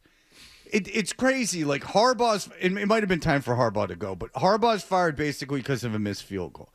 Like, this call gets McDermott fired. It just... But at least in Baltimore, the owner doesn't come up and say that. Pagula gets up there and says, "We lost the game, so I fired McDermott." My buddy, I mean, you guys know Seth Wickersham. He had this saying for it, and he said these teams are run like billion-dollar lemonade stands. Yeah. And it really is. Like, And for what, to get Robert Saleh and like the old guy from BC? Like, it's not like these are, John Harbaugh's a great get, and but who's taking these jobs? Like, Robert Saleh? That's like one of the guys. I mean, the thing is, like, it's as shallow a pool of candidates as you've had in forever, so it makes no sense that there are 10 openings, Yeah. Now, there's one. I mean, Pittsburgh, look, Mike Tomlin wanted to walk away. That's his prerogative. That's not the Steelers' fault, but I'm with you. Like, I look at like all Sean McDermott. Have you seen like there's a petition? There's like a fan petition in Buffalo to get Sean McDermott reinstated. Oh yeah, good luck. Yeah, they all wanted him gone, and now they got their wish. And so now you look at what's out. Now you look at what's out there, and you're like, oh, wait a minute. Yeah, you look at how idiotic the timing of it was. Yes. The timing of it can't be helped because they were in the playoffs. Well, that's why it's idiotic. The timing can be helped. Yeah, right. Yeah, you were in the divisional round, a game that you are saying was out of your hands. And I think that what's interesting about this is, like, so as I've heard it, there was no real discussion from ownership to the football people that something like this could happen. But over the last 2 or 3 months, kept hearing there's like this tension and pressure on everybody in the building here that like hasn't been there before. And I think the reaction in the post game, whether it's McDermott, what he said about the officials, not once but twice, Josh Allen, like being as emotional as he was all that sort of spilling out. But as the owner, you need to be more level-headed than that. And to get up there and say, well, yeah, we fired him, because that may be true. But to say it, to get up there and say it, we fired him after 9 years because of one game, like, I don't know how that gives anybody any confidence that, like, you're going to get it right the next time. And this is such a critical hire for them, because if you're doing this again in 4 or 5 years, A, you failed, right? And B, Josh Allen's going to be older at that point. Like, are you in a position where you have as much to sell? They have a ton to sell now. They need to get this right. I want to ask you one final question, and answer quickly if you can. Yep. I'm just trying to project, because we all get asked questions sometimes that seem very obvious when people don't follow this as closely as we do. And I see myself not having an answer for this, because we're going to hear about Jarrett Stidham, how good he is for the next 2 days, and how, this is going to be a real test. And the question I hear being posed to me, probably by a family member, is, well, if Jarrett Stidham is so good, how come he's not an actual NFL quarterback somewhere? So I think, like, why does he not have a starting job if he's as good as we? So keep I think some of it is like circumstance. He got hurt at like a critical juncture of his career, and he was dealing with the back injury in his second and third year, which is critical for a young quarterback. And like, do I think he can be a 16? I'm not talking about that. I'm not, and that's why people have to keep this stuff in context. I'm not crowning him. I'm saying, like, if you lined up the 32 best quarterbacks on the planet, he might be one of them. And that does not mean you're going up against Mahomes or Allen on Sunday. That does not mean that this isn't an incredibly fortuitous circumstance. I mean, think about what happened, right? Like, Saturday night, the Patriots dodged Josh Allen and then had the other team's quarterback get hurt on the very last play as he was beating Josh Allen. If Bo Nix gets hurt earlier in that game, Josh Allen might get through, and now that's what you're dealing with. So that's sort of 100%. That was an incredibly fortunate circumstance, and it shouldn't be treated like as anything other than that. But if you're asking me, do they have a competent backup? Yes. Follow the money. Okay. Like, they paid him $10 million over 2 years to outbid Vegas for him, and the Vegas people will tell you we lowballed him, and we shouldn't have, because they were going to bring him back to compete with Jimmy Garoppolo that year.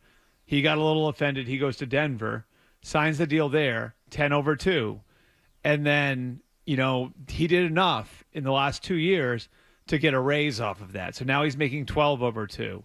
And why, if he can't play at all, why did Josh McDaniels, who had him in New England, trade for him in Vegas and then try to get him here? Okay. So I just think you can follow that sort of thing. Again, doesn't mean he's a top 10 quarterback, but you're also not facing, you're not facing some guy who can't get out of his own way. He's clearly proven something to the people who've worked with him. All right. Blast. All right. Oh, I like that little Nicely done. Yeah. Bert, thank you. Bert Enjoy the Breer from snow. the MMQB. Have good, have fun in Denver. It's supposed to be Arctic cold there on Sunday. That's right. Yeah, the temperature keeps going down. I don't know where it is, but it was like the high at first was like 40, 35 in there, and I think it's down to like 20 now. They were saying on the air in Denver yesterday that it was going to be that Arctic freeze is coming in, so they said it was going to be exceptionally cold on Sunday. That was according to them. Okay. So, all right. 18 degrees. All right. And you're up there in the low altitude, or high altitude. High altitude, yes. The opposite. Yes. Down there in the high altitude. That's right, baby. Down there in the tundra. All right, we will be back. Hardy is going on a big-time cruise. We'll see if he's prepared.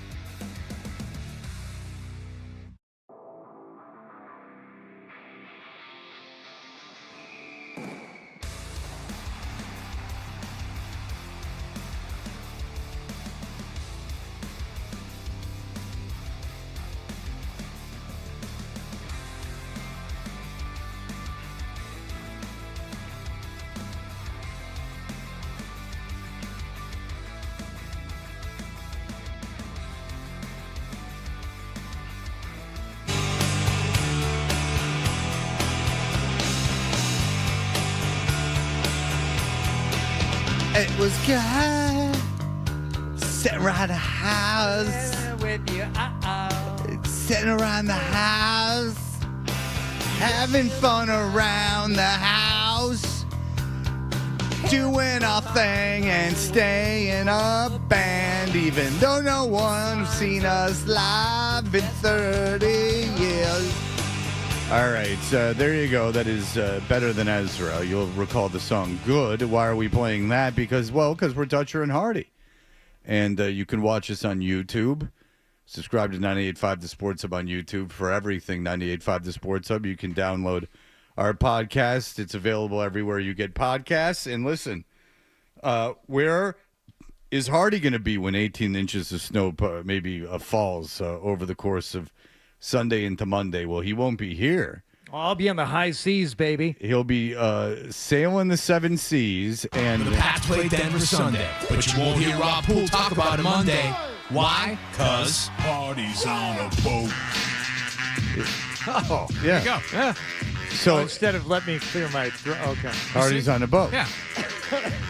It makes sense. Okay. So, listen, in fairness, when Hardy agreed to do this 90s cruise, he's on satellite radio for this station, Lithium, that plays 90s alternative rock. Based on his appearances on there, this company offered him a gig hosting some events on this 90s cruise.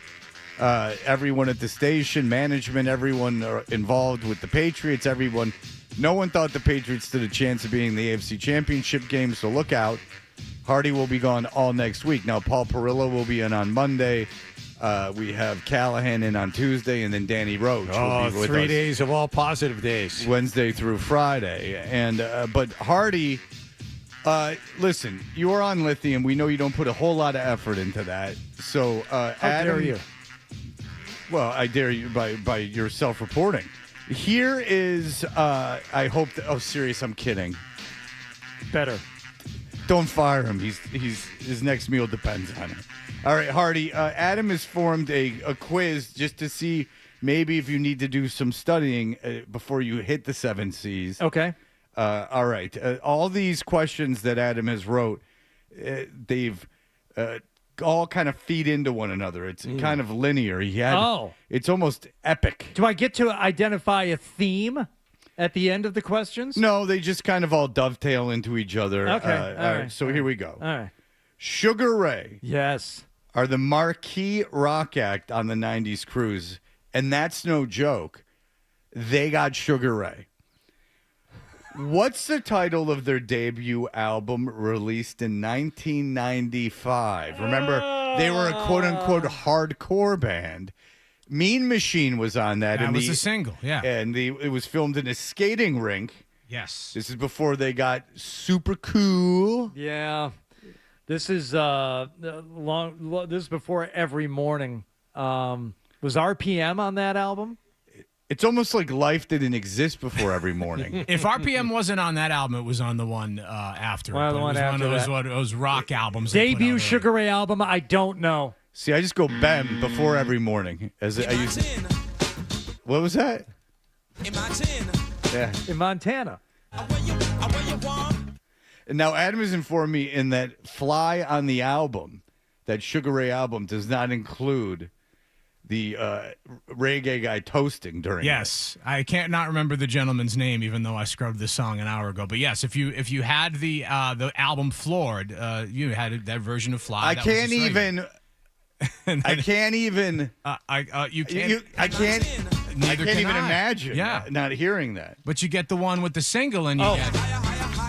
That is Super Cat. Yeah, Super Cat. Thank you. Yeah, Yes. on the song "Fly" by Sugar Ray. Oh, see, even name checks the song. Right.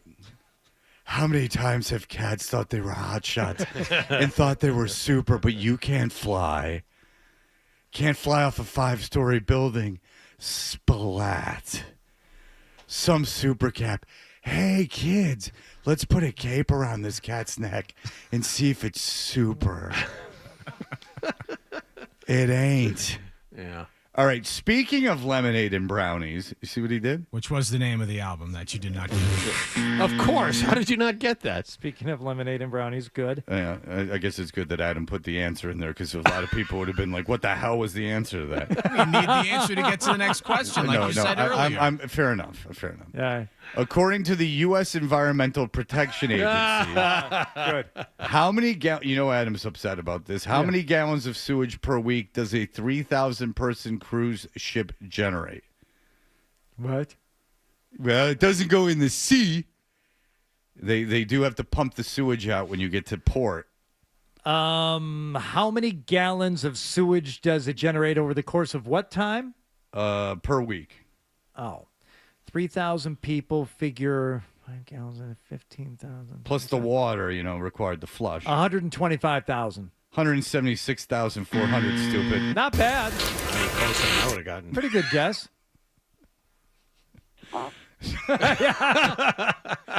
Wait, what was that, Scott? I can't even. What came out of his mouth at that point? Okay, here's an easier one for you, it says. 90s cruise headliner TLC gets their name from the 3 members of the group. Oh, this is very fair. What are the names of the TLC members that will be on the cruise, including the dead one who will not be on the cruise? Well, the L is for Left Eye. Yeah. Lisa Left Eye Lopez. I actually would get this right. And you're hosting the cruise. You shush. Or we could just have silence. T is for Tabitha, because Tabitha Soren was the original member of TLC. She was a journalist. And Camille. You don't know either one of their names. I think I might actually know this one. Jonathan? T-Boz and Chili, right? You got that right. Oh, yeah. I knew that. Well, get on point because you're going to be asked. Okay. So now that you know what TLC means. I do. What does WC mean when you see it on the door of a cruise ship? Water closet. Yeah. Perfect place to get changed. That will never not be funny. Scott said, "Why'd you put that? Would you put a video of the spilled coffee at Fred Toucher on Instagram?" Yeah. Why? Thought it was funny. End of conversation. Yeah, he's going to come in here all pissy, like I did something wrong. The 90s cruise performer Sponge, who you're interviewing. Yes. From Detroit, Michigan. That's right. Wrote a song about a popular 80s actress. What's the title? And it was a hit, too. Molly. Parentheses. 16 Candles. It's actually not about Molly Ringwald. It's about the drug Molly, but go ahead. Right, and they didn't mean anything by putting Molly 16 Candles. They were like, this is a shock. I don't know how anyone would put this together. There's obvious correlations there, but if you listen to the lyrics, it's I don't think the lyrics are about it. It's not about Molly Ringwald. But they're trying to be cute and trying to get you to answer. Yeah, they were. You know what? They were clever, is what they were. So I don't even know if they had a relationship with the drug Molly. I don't know if they did. I'll ask Vinny Dombrowski when I interview him on. Let's see. I will be interviewing. Eckersley banged the Dombrowski twins on a. Put it on the list. In the back of a Camaro at Inspiration Point. When you guys are on your way home, post morning meeting on Monday, or Fred, you'll already be home. I'll be conducting Behind the Music interview with Sponge in the TRL Total Request Lounge, Deck 11, in the Reflections Lounge. Deck 11. All right. Using a sponge to clean dirty areas can prevent the spread of this diarrhea-inducing illness, which is in the AARP's top 5 illnesses you can get on a cruise ship. Oh, boy. It's got to be salmonella. No. Streptococcus. No, it's the norovirus. Norovirus. That was not norovirus. That was too much coffee, he said. You have too much coffee. So it's a good thing. It's a good thing he dumped it out. You know, when we had Winger, Very acidic. when the we coffee. had Winger in studio, and I had to go to the bathroom and throw up all over the place. It was too much juice. Yeah. All right, in my screwdrivers. All right, here we go. True or false? 90s act Tonic has toured with the band Train. Oh, that's a head scratcher. I can't see those two being on stage together. I'll say false. Oh no, Hardy! You misjudged it. It's absolutely. So Tonic played a live X. I'm sure you guys did a version of this where like a band would play in a recording studio for like a small audience, and our program director, this is a woman, Leslie, Tonic, real blasé garbage band. Tears pouring from her face. Yeah, as they perform. She feels things. Yeah, I'm not sure if that should be if that's part of a kind of government test of intellectual strength. Is if you cry at a Tonic song, they go, hey. True. The two shared a bill with Sheryl Crow on the World Outside Festival in July of 2002. I forgot about that. Yeah. Now, Trainwreck Poop Cruise, which I've seen, at least until I could take it no longer, is a documentary about a malfunctioning 13-story ship where more than 4,000 people had to spend days defecating into what? So let's do this for real. Like if you're on a boat, like say your boat, yep, the everything malfunctions, all the plumbing malfunctions, they can't get back to shore. There's 4,000 people. What do you think they would have you go to the bathroom in? Well, they're not going to have you hang your butt over the railing. That's unsafe. So I would say into garbage bags. Nice. See, I deduced that, John. Well done. Thank you. Very impressive. Scott, what do you have to say about that? Fair enough. Is there anything else you'd like to add? No, that's not. I'm asking Scott. I'm looking for another clip here. No, you don't have to look for another one. Just use the same two. Just you don't need a new one. Just play one you already played. All right, very good. We're asking too much of the guy. Play him farting. Come on. Do you want me to ask a couple of the questions that I prepared for my flannel trivia, which will be taking place once again 5:30 p.m. on Sunday? Nothing else. Only if Adam can get it together, get these farts ready. Then yes, I would like to answer these. Let's see how I would do at your flannel trivia. Now again, I could not, in good conscience, host a '90s cruise. It would have to be a 2000s cruise. For I was only in radio for about 6 months of 1999. Let's go. Let me ask one here that we have discussed on the air before, so you'll know the answer to this. Let's see if John will get this one. Okay. Who makes a cameo as Vanilla Ice in the video for the third base song "Pop Goes the Weasel"? Man, I saw that too. I don't know, Phil. How much do you know about the Haagen-Dazs in D.C.? Phil didn't know about one of the guys. This is the other. Yeah. 12, do you know? I do not know. Is it Henry Rollins? It is Henry Rollins. Oh! Very good. Oh, I never would have gotten that. What was that? Scott? No. Do you want these clips? You can use them on the boat. One of the best-selling albums of the 90s shares its name with what song that was recently released by Pat McAfee? Oh, Dookie. Very good. Oh, that's another good one. John? Yeah? Dave Navarro and Flea provided the guitar and bass parts for what song that won Best Rock Song at the 1996 Grammy Awards? Oh. That one. Now, it was not a Red Hot Chili Peppers song. Oh. Okay, repeat it. Dave Navarro and Flea provided the guitar and bass parts for what song that won Best Rock Song at the 1996 Grammy Awards? Oh, I was in college. Yeah, no, there's no way I'm going to know. Is it... Is it too simple to say "Come As You Are"? It was a huge No, huge it's hit. not going to be Nirvana. Huge hit for this woman. It's an Alanis Morissette song. I just don't remember which one it is. Is it You ironic? ought to know. Of course. The more you play them, the funnier they get. The more out of context it is, the more I enjoy it. All right. Fred, what 90s cruise artist had a #1 song in 1991 that features samples from Andrew Dice Clay? Oh, Unbelievable. EMF. Yep. That was 91. Yeah, I would have gotten that one. Only got a lot of it. Why is it Adam not playing clips? I am. They're going over it. John, or Adam, I was kidding. I was acting like this song was farts. I knew you were playing clips. I was too clever for the room. Not the first time. All right, let's go. One more. You got one more? Oh, I got in the 19 more. I would enjoy this. I would enjoy doing this this trivia if I was on the boat. I'd win. I had fun putting the questions together. All right, here we go. What Crackers song appears as hidden track number 69 on Kerosene Hat? It was a single. Is Cracker Low?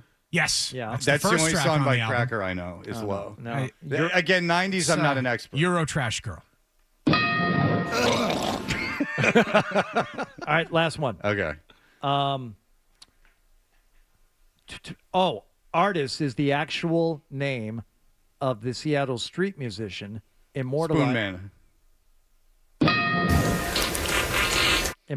in what song by Soundgarden? Thank you. All right, Seattle street musician. They gave that guy a whole video. Oh, I got one more. You should get this one, Fred. Okay. What standout 90s music video features the band portraying characters within characters? Nathan Wind is Cochise. Vic Call. Oh, that's obviously the Beastie Boys Sabotage. That's the one to end on right there. Yeah, there you go. All right, very good. Well, Hardy, I told you, the more I thought about it, the more I think you'll have a good time. You got balls going alone, but because you don't drink. If you drank, I know. Then the days are just, that's the day. That's your friend. That's the thing about when you're drinking all day in a boat. That becomes your friend. They got pickleball and a casino. I'll be all right. You'll be fine. You can play. But they might not have video poker, so you might be out of luck there. Shut your mouth. They really might not have video poker. All right, we'll be back in just a moment. More Toucher and Hardy next.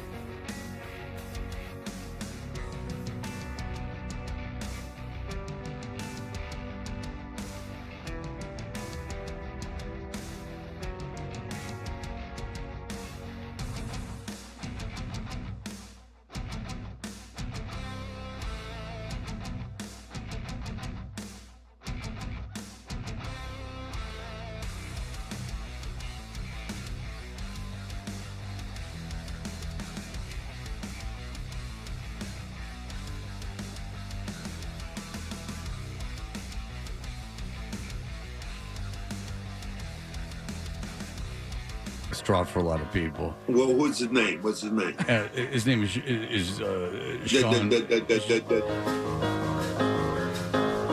The reason I hesitate to say Sean Grandy's name with Cedric Maxwell is that Hardy and John say that I bring it up every time that we interview Cedric, and I hate that you guys say that because I don't know that you don't believe that. So I think that you might think that you're telling the truth. Oh my God! But it's so patently false that I don't like that. You just brought it up again.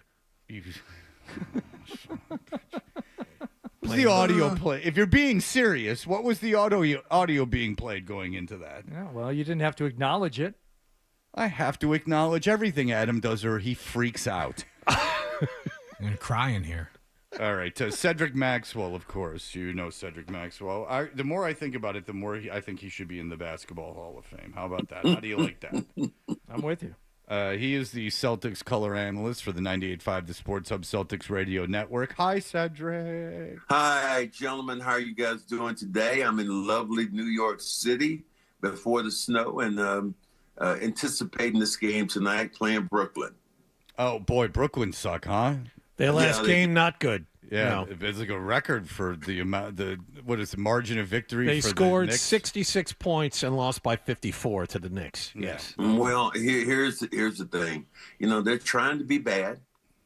Wink, wink, because they want to get a high draft choice. They want to change around the culture of this team. Now, here's the thing confuses me. How do you change the culture if you get beat by 60? I don't quite understand that. Yeah, there's tanking and then there's being completely ill-equipped to be on a court. Yeah, there is a difference between that. And it's funny because Washington, you saw start making moves because they didn't want these kids in like such a bad situation for such a long time. So like just for the development of the kids, they started to make those kinds of moves. But if there was a draft you wanted to tank for, you definitely want a top 3 pick in this draft. So I guess that this is the draft worth tanking for. You know what? And it's really funny, though, because I remember talking early this season, and a couple of your partner beside you said, maybe this is the year to tank for the Boston Celtics. Maybe they need to do what they need to do without Tatum. And lo and behold, this team has really stepped up and played at yet another level. And if you make a couple of moves here, and if Tatum comes back about 80%, 70, 80%, you might be in the running. I don't think there's too much. Detroit is really good, but I don't think they're that much further. So, you bring Tatum in, you got a shot at the East this year. I was on a Denver radio station yesterday, and they asked me out of the blue, who's better, Jason Tatum or Jaylen Brown? And you'd be proud of me, Cedric. I said, I don't care. What the hell kind of question is that? Like, what do you care? Yeah, I was told we were talking football today. Yeah, what do you care what I think about who's better? Tatum. Shows a massive amount of respect. That's what I'm thinking. How did they take that answer? I didn't care, but I was like, one guy wasn't paying. Hastings, I don't think, paid much attention. He's the basketball guy. That's funny. Well, there's a guy in Charlotte that wants to talk to you about this team right now. See if I can get him right now. Get him a telephone number so he can reach out to one of your bosses. Were you the friend that him and his wife were out with when he makes his famous? I was at dinner with my wife. Wait, listen to this, Cedric. This is I was your at dinner friend with my wife and a friend. Yeah, that sounds odd, doesn't it? That sounds like a cuckolding situation, if you ask me. But what do I know? All right, what was your question? My question was, since you brought up Tatum, Max, you have any inside information on how soon he's coming back? No, I really don't. I think that if you watch him practice, here's my belief, John. At the end of the day, I think it's going to be sometime in March that he's going to make a return. And I think it would have to be, if you want to look at your calendar, I think it would have to be 15 to 20 games, that you're bringing back in, because now you want to get him acclimated to the speed of the game and live contact. So you go back from the last game, the last game we're going to have of the season, and you could probably tell you about the time Tatum would be. I think that Tatum would be back. There was a theory floated out there earlier in the week by someone, I won't say who, that wouldn't it be interesting if he could come back much earlier than that, Max, and play in that Super Bowl Sunday game? And wouldn't people be interested in seeing Tatum take the court on Super Bowl Sunday, even if the Patriots are playing that day, and how everyone would just gravitate toward that? And our theory was, if they do that, no one's going to be paying attention. Now, people would obviously notice, but that seems to be kind of like a lost moment for the Patriots or for the Celtics if they want to make a big splash with Tatum's return. Yeah. I think trying to sneak him back in the Super Bowl or whatever it would be counterproductive to what you want to do. But more than anything, it's about him being healthy. And, talking to a couple of people, they just said the Achilles is fine. What they judge now is the muscle in the leg, the ability to get off the ground, the twitching of the muscle, how fast you can, recover. So that's what I understand, and I think that the Celtics right now are going to be very cautious and bring him back when he's completely healthy. Well, that's when you injure a knee, is when you come back from something like that, and they go, well, no. I'm saying that they would take precautions not to injure a knee. Is that when you come back from something like Achilles? Well, when you played, I know they just gave you a cigarette and a beer and said, here, and, walk it off. But the belief shake is... Shake it off, big fella. Shake it off. They'll go your Achilles fine, but your leg's completely atrophied. And then you go out and then you end up misstepping, or your knee gives out on you and you end up rupture. You know what? And you're really right about that. What you start to do if you have an injury, and I've had a couple of knee injuries, what you do start compensating. You'll put more pressure on the other knee, and eventually you might hurt that knee or hurt something else. So you're right, and that's why I think that they're going to just take it easy. I'm excited about when he comes back. The day that he comes back into the building is going to be remarkable. And here's what I do know as a basketball player. Matter of fact, I'm going to try to talk to him eventually about this. Is that right now, I know you don't feel like you're part of the team. And people say, why? He's with the Celtics. No, until you go out on the court, until you go into battle with these guys, you feel like you're a foreigner. So I think that, that's the biggest thing Tatum is going to have to do. Not rush himself back, but once he gets into that action, I think he's going to be more prepared and more excited. Because here it is. Jason Tatum hasn't probably not played basketball in this amount of time ever. When you think when he first started picking up a basketball. So I think he's going to be so anxious to get back. And now to have this essentially being Jalen's team to get him back into a situation where he might be a helper more than the facilitator. Anthony Simons has played so well off the bench for this team, Max, but he apparently, if the Celtics are going to make a move, would be the guy who was sent out to bring in somebody else. But Simons is playing so well. Do you really want to send him out? John, I really don't. But, that's not my money. And I think the Celtics right now have a couple of things going. Have an opportunity maybe to get a big if, and I'm saying if you made that move.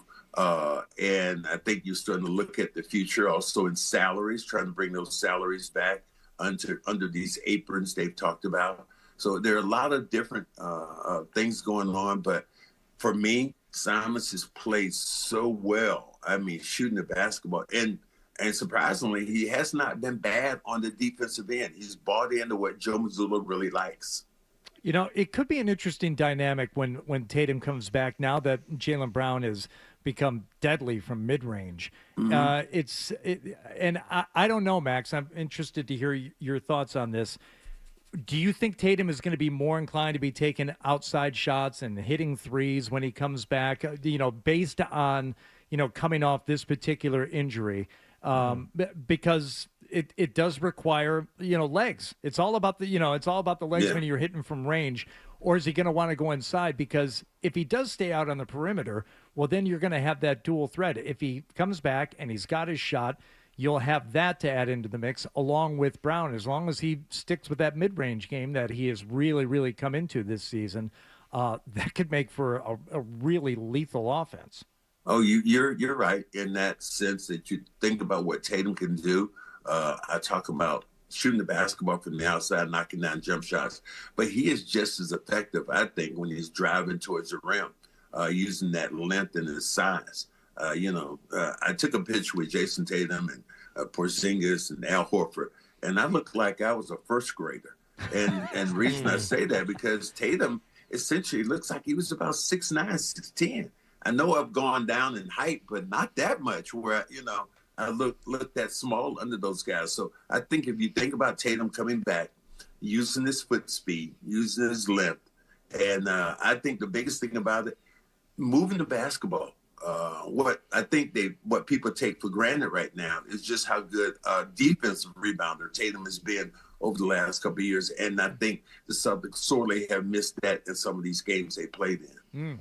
All right. Well, Cedric Maxwell, hopefully you can avoid this storm as much as possible, as it is to bring. How is that going to be? We're leaving New York, which is about 34 degrees, and we're going to Chicago, where tonight is supposed to be -4, and then tomorrow is supposed to be minus something in Chicago. So I don't know how I'm going to avoid anything. You're avoiding the with snow? The way they're traveling. Yes, I don't think there's going to be snow in Chicago. I just think it's going to be so damn cold that people aren't going to want to see that kind of stuff. They're calling it an Arctic blast. You are flying into the teeth of the Arctic blast. You're flying right into the heart of the monster. That's right. There was a rhyme in there I wanted to use. Arctic blast and no, I can't use that on air. Don't worry. Oh, you were going to say ass?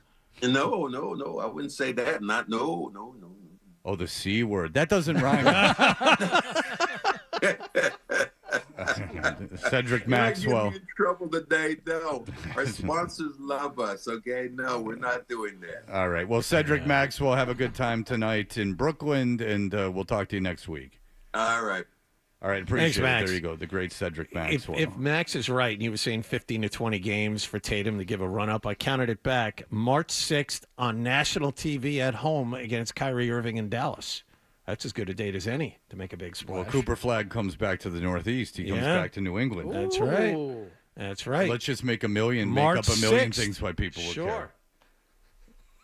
People are going to care about Tatum coming Dallas. back, but People that Dallas, loved the TV show Dallas back in the day. That is true. You weave that in? Who shot JR? Let's pretend let's not tell the kids and get them and save the cliffhanger for during that game. A national game on a Friday evening. Mm-hmm. Wow. Write it down. Friday night basketball. Wallach cracked the code. That's it. Thought you were going to give me like a Sunday at 1. No, that's But, actually it's Sunday at 1 is their next game, but it's in Cleveland. Right. Yeah. I would say that on an ABC game at 1 o'clock carries a little more weight than that Friday night affair. I'm just saying he wanted to do it at home, right? So I still find that a little distasteful to even tell people that. Like, I could see one, like, dreaming of coming back and having this loud round of applause. Like, we all would love that. I'm not saying I wouldn't. Now, sharing that information with all but, like, my closest confidants, enough where Forsberg knows about it, that I wouldn't do. That's where you gotta hold it back a little bit. Right, just keep it to yourself. We all are narcissistic in a way. We all want these things, but it's best sometimes not to share that information. Tatum can make it happen, just letting his closest confidants know. You know what I'm saying? All right, so we'll be back. Did I do this with my hands enough? My wax on hands? All right, so we'll be back in just a moment. Sports Hub headlines presented by Celsius.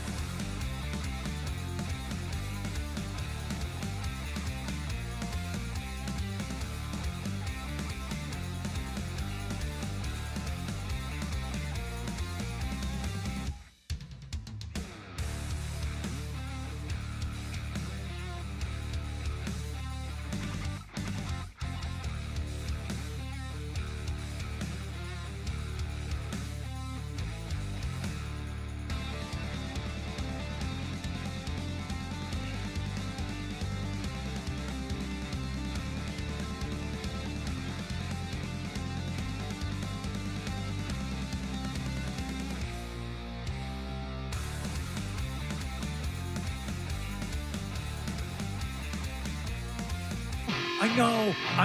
No, you don't know. Everyone agrees that I'm the only one who's not wrong. Right or wrong, they're back.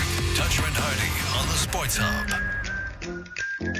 All right, we just talked to Cedric Maxwell, but the real story is your New England Patriots going to Denver for the big AFC Championship game. You will be able to hear that here. Our own Nicholas Gemelli, who is went out and talked to people at the TD Garden. Is there anything I need to set up this last one? No, he had already spoken with our man Richmond, who had a lot to say. I don't really watch sports that much, brother. Yeah, He didn't know who. He talked to someone who said they were a sports fan originally, but then did not know who Drake May was, a Boston resident. That did surprise me. That's almost impossible, but it did surprise me. He also spoke with the sage of the North Shore. Down from that North Shore, Massachusetts, baby. Let's go. Yeah, and you love to hear that guy, and you love to see him. That's right. You love to see him. But finally, Nicholas spoke with this gentleman, and he was talking with people outside the Celtics game the other night. Not necessarily about the Celtics, but really more about another team in town. Yeah, vibe check. And oh boy, did he find somebody. All right, man. Well, first off, what's your name? I'm Jake. All right, can we use this for the radio? Absolutely. I'm here. We're outside TD Garden. We're talking about the Patriots right now. First off, what do you think? Diehard Denver Broncos fan. Are you really? Oh, my goodness. Oh, no. Interloper. We have an enemy afoot. Let's ride. Okay, great. Well, what's your prediction for the game this weekend? Jared Stidham throws 2 touchdowns. Broncos win 24-20. You're not kidding. You are a diehard Denver Broncos fan. Peyton Manning was my favorite player ever. We ride Broncos. You know what I don't like is fans predicting their teams winning in a situation like this. I like a nice fan base that predicts doom.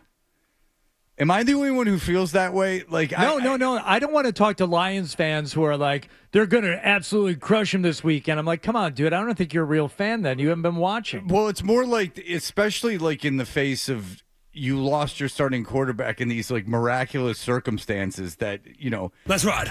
With the game in hand, like your quarterback breaks his ankle on like kind of a freak play. You didn't know until well after the game that it had happened.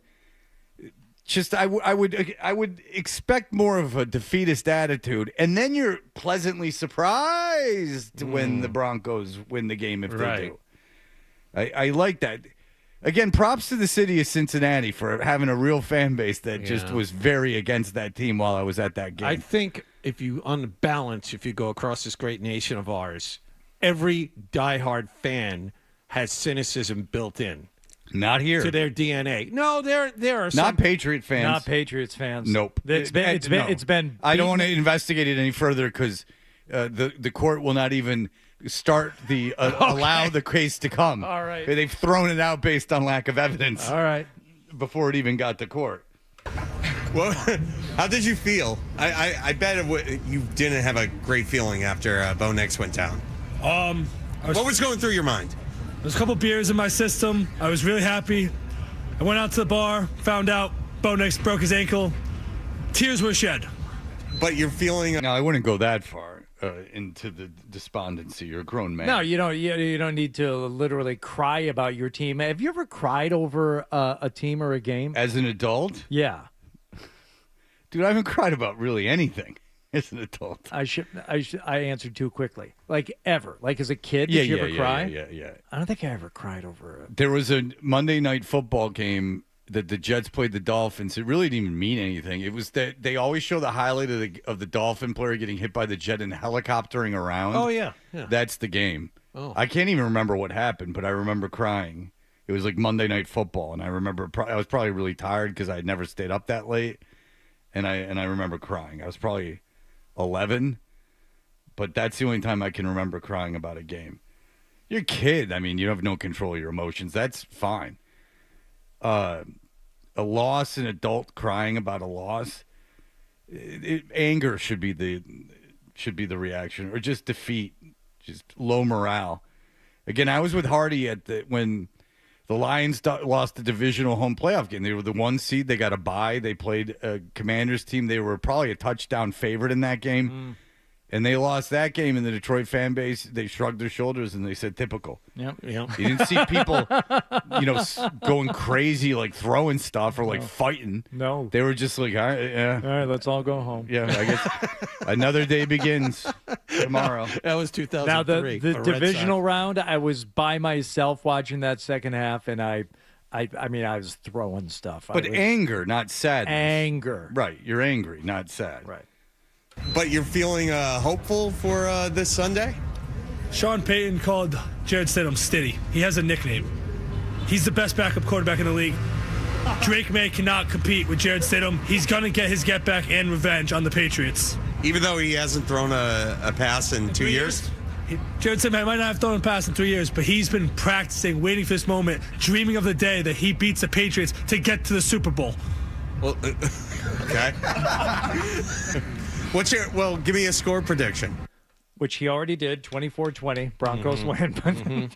It's all right. There is a second clip here. Should I play this? Well, that's what I was going to say. Nick, you already asked me that. He gave it to you. He laid out the whole game for you, 24-20. But, yeah, go ahead and finish it up. Tell me, what do you think is going to happen in the game? Give me a prediction. Yeah, Nick, he already did all that. Yeah, he gave you a score. In he Nick's told defense, us it was 90 seconds before he asked it, He and said that's that a he was- long time. I even remember that he said he was going to throw 2 touchdown passes. It was like a whole thing. He wasn't so awesome today, though. Paint a picture. Jared Stidham. Paint a picture. Jared Stidham, 223 yards, 2 touchdowns, 1 interception. Drake May, 212, 2 picks. Broncos 24-20. But he's confident. He looks confident. The Denver Broncos will lose to Seattle Seahawks in the Super Bowl, though. Okay, all right. Fair enough, I like that guy. Yeah, okay, so now he makes it. Plus, he sounds like Colin Quinn, so I kind of like him. He does a little bit. If you could say anything to the Broncos, what would it be? Broncos country. Let's ride. Jovi. Hold on. Can you think of a band from Denver? Is there a band? There's like comedians from Denver. Flowbots. Flowbots. Yeah. Denver's strangely sparse cultural scene. Lumineers. Ugh. I don't know. The Broncos touchdown song is Sandstorm by Darude. That's the Bruins goal song.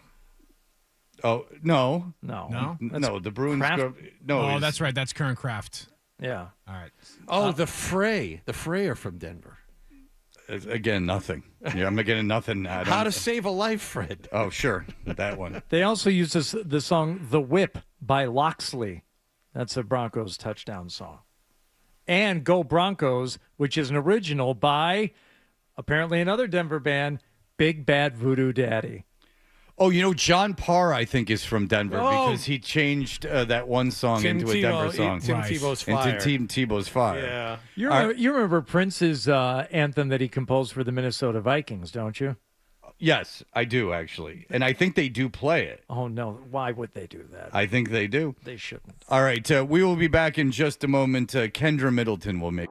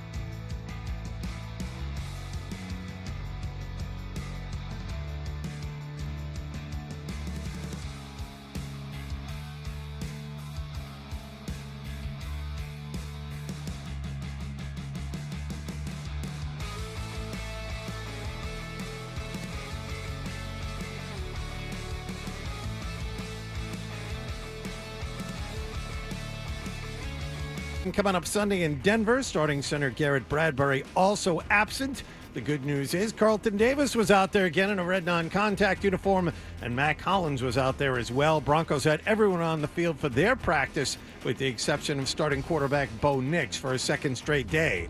Baltimore Ravens have hired LA Chargers defensive coordinator Jesse Minter as their new head coach.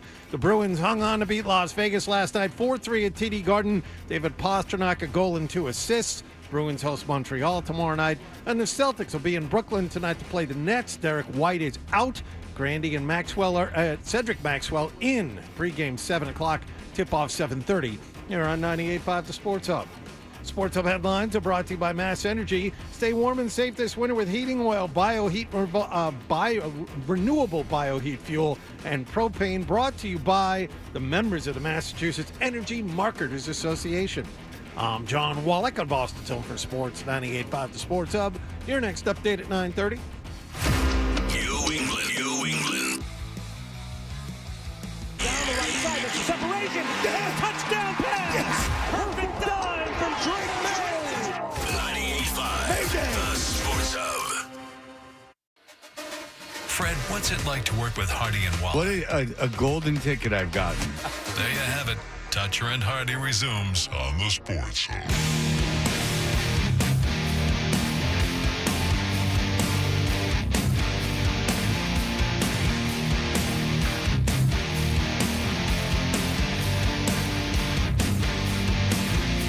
Hey, everybody. We are Toucher and Hardy. This is Hardy's last hour for a week, so enjoy him. Savor I heard him. you're going on vacation. Where are you going? See? Not Another listening. example. Didn't listen to the show. Another at example. Haven't been listening to the show. At all. I know Bert listens to the show a lot because he texts me a lot during the show. Not a lot. We've but he talked does about text me. this at all hours of the show. First hour, I heard last it hour. yesterday, Oh, not so today. So you do know that at least he's going away. Yes, I heard it Okay. yesterday, not today. I'm going on a 90s cruise. Oh, that's fun. He's hosting. He's one of the hosts. Oh, okay. Okay, so here's the question. I think you'll answer this. Jim Murray went on a big thing, not like a mean to Hardy or anything, a thing about how he would never, it would take him $4.5 million to be a host on a 90s cruise. I believe the price would be more like, what did I say, 10 grand? 3,000. Oh, I say 3,000?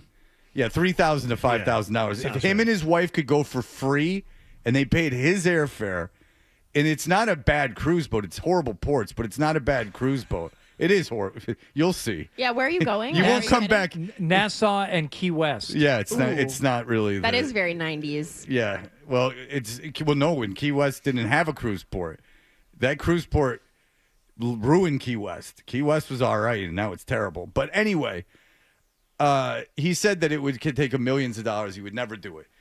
I thought about it, and Craig Gass was in here, and he's been done like this kind of stuff. I think it might be like even kind of fun. How much for you to do? What would it be for you? 2010s? Yeah, I guess so. It would be 2010. Yeah, what's your wheelhouse to have you because come in and introduce? How old were you in the 90s? Were you 20s or 30s? 20s. So in my 20s, it would be the teens and 20s. Yeah, so I would have to be like 2015 on. Yeah, so it would be 2010s. Yeah, that would be the So cruise. I would probably do it for like 10 grand. Okay. Yeah. Hardy. If you're gonna make me listen to like You're doing it for a lot less than 10 grand. the chain smokers and stuff, I agree. For like You're 10 doing days, it for way less than 10 grand. I don't think so. They fly you in. You just have to be on the boat for 5 days. Everything's free. You can bring someone with you for free. Yeah. And you're not doing it for less than $10,000. To go to Key West in the Bahamas? No, I hate the Bahamas. Okay. All right. Because I said my price would be 10 grand. Yeah, no, mine would And probably he's be 10 grand. rich. Yeah. Well, compared to Kendra, I am. Oh, that's not even an insult. No. It's just she has multiple jobs. I have one. Yeah. You know, that's hard. She's grinding. I'm a big supporter. Are you of Kendra. opposed to cruise ships? No, there is like this big fascination, I feel like, with the wine moms right now and all the cruise ship documentaries about like the one where all the poop blew up and like people go missing and stuff. So I like just the term wine moms. There's Always Sunny in Philadelphia does a funny thing about that, about the D. Like, she's like, I'm a wine mom. I just have signs up so I can drink it in the morning. I'm a wine mom. Look at me. Like, oh, it's 11 o'clock. It's Chardonnay o'clock. Is it? It's 9 a.m., but sure. Okay. But the thing about you is that you're sober. I have said that. I was going to say I drink on vacations, so I at least would be able to be hammered on this Now cruise. that is an issue, and I have talked to Hardy about this off the air, is that a lot of like being able to deal with the cruise ship, like while you're on the boat, is you're drinking. Like everything kind of revolves around drinking. And when you're not drinking, not that you're like going to want to, that's not what I'm saying at all, obviously. No, I know what you're saying. I'm just saying it's just like, how do I kill this time? Like your friend is the drinking, you know, like what I'm saying? Yeah. So it's like, if everyone's got this friend and I don't have this friend, I'm going to be like a lot more bored, because things obviously when you're drinking are way more fun if you're bored. You know, like you don't have to, like during a show, you don't have to be drinking to enjoy it. But like standing around. I think it's the small talk that I would need the booze for. Well, that's the thing, is just standing around, like killing that time of like just waiting for time to go by is kind of where the alcohol is a big benefit on a cruise. I'm curious if there's going to be a heavier crowd of like 60s, Oh, they'll be 70s heavy. type, or like the, you know. No, it would be people in their 40s and 50s. I was going to say, or like the old school rock and roll type of like people on this cruise. No, it would be, well, TLC's on it. There's like black artists on it too. Okay. In Vogue. See, if I did the DJ cruise, Cool. it would be a 2000s cruise, because I didn't really work in radio in the 90s. But it would be a 2000s cruise. And, that's another investigation altogether. What bands would be on that? That's tough. That's a real bad era of music, too. That's a real crappy era of The early music. 2000s? Hoobastank. Maybe not the early 2000s, but you should have seen what we If were you playing could on get Missy ESPN. Elliott on a cruise, I'd go for less than 10 grand. Well, no, you could put good hip hop on, but if you were putting rock acts on, give you the playlist of Nickelback. WBCN in 2006. It was a real disaster. Hoobastank, Chevelle. Yeah, like Hinder. Like, it would be really bad. Like, really bad. Like, way worse than the bands on your cruise. Like Kings of Leon might be the headliners, but they might be too big. They're way too big and way too much cred. There's no way. Like, Kings of Leon might be able to pull off a Kings of Leon cruise. Like, mainstream alternative, this is in big quotations, artist. WBCN's playlist in 2006 was a disaster. Cage the Elephant, would they be a headliner on the 2000s cruise?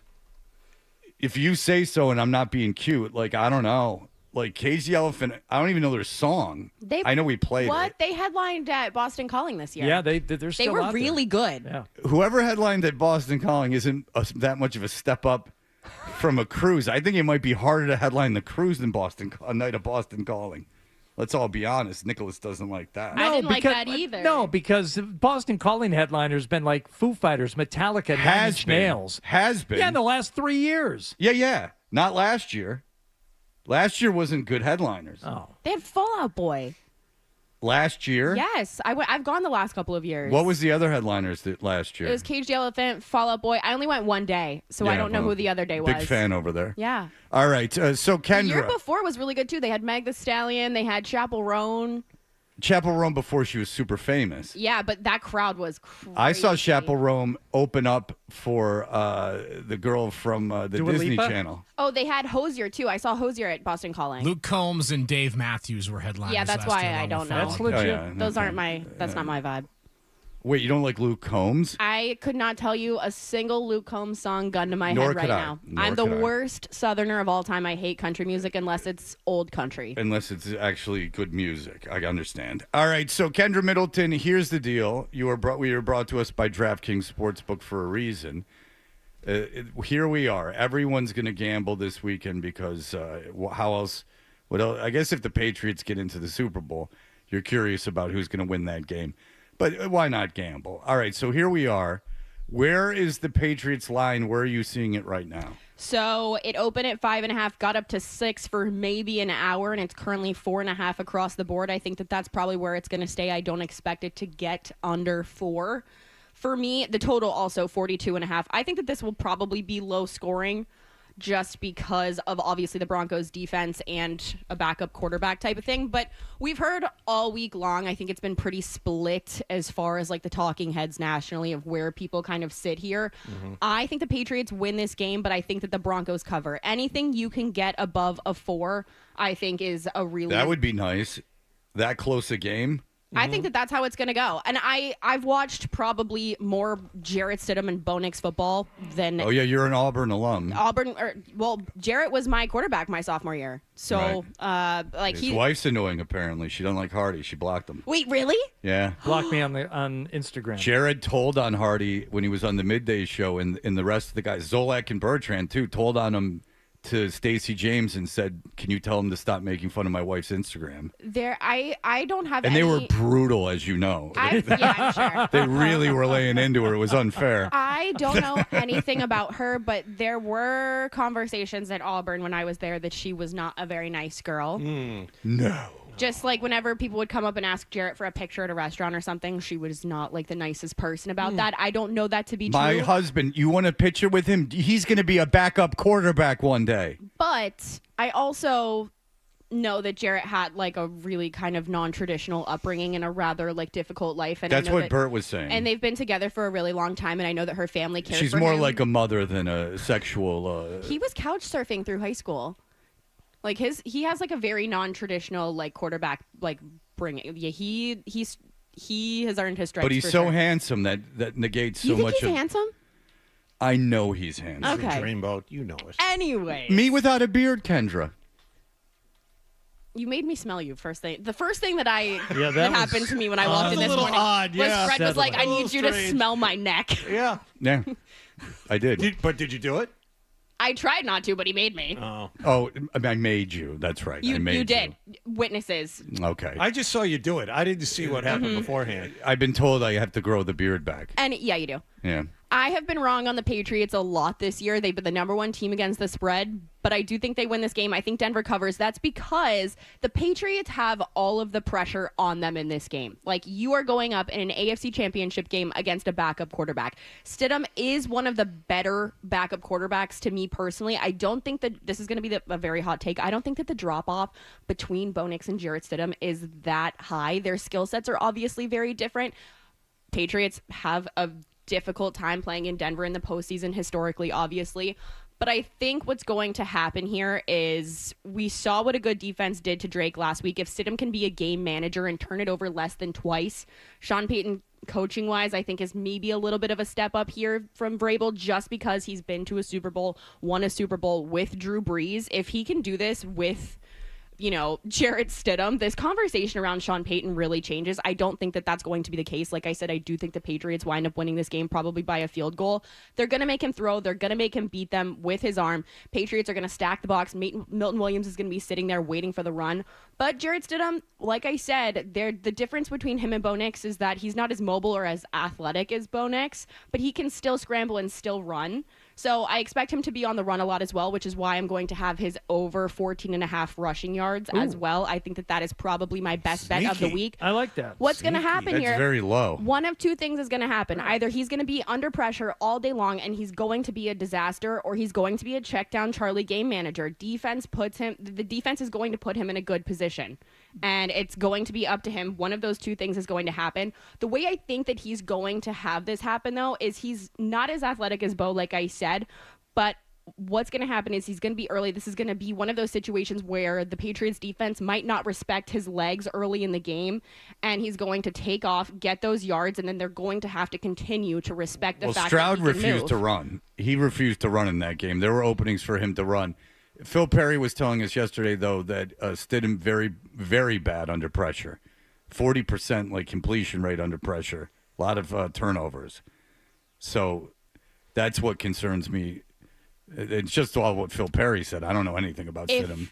You're curious about the spread. One of my coworkers over at Action compared all of the similar opponents that they had this season. They both played the Raiders, Bills, Titans, Jets, Bengals, Giants, and Chargers. The Patriots went 8-2 in those games, and the Broncos went 9-1. Pat's average margin of victory was 10.1, and the Broncos' average margin was 6.5.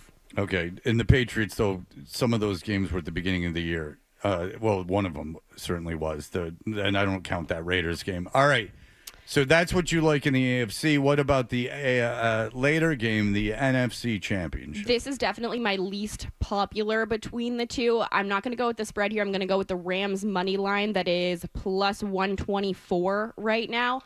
When comparing the teams, Rams have the better quarterback. They have the better receivers. They have the better coach. They have the better running backs now that Charbonnet is out. They have the better offensive line.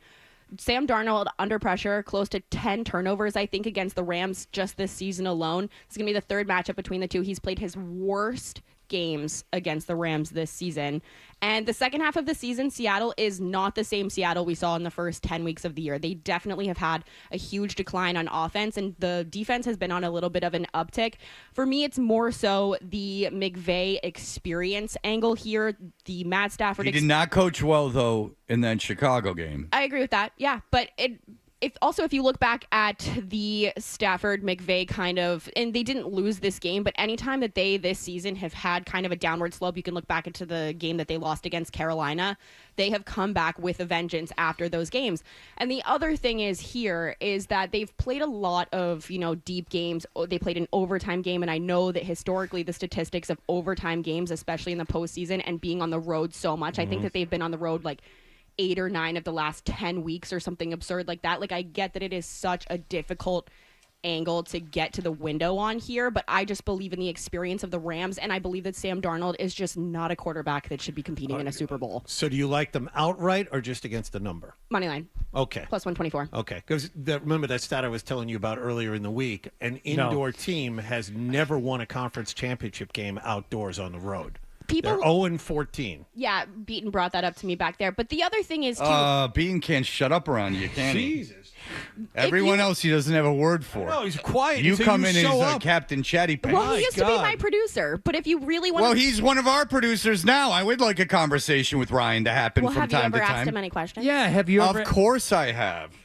And I know that people are wanting to talk about I had him smell me. The refereeing angle here as well. Do you really think that the Super Bowl that the league wants a Jarrett Stidham, Sam Darnold Super Bowl? Hey, look, they hate the Patriots. Look, the Denver Broncos 4-0 outright with this referee. I know. That's a huge sample size. You love the wrangle. I do like the wrangle. I do. You brought it up to me 2 weeks in a row. I know. It's an excuse if they lose.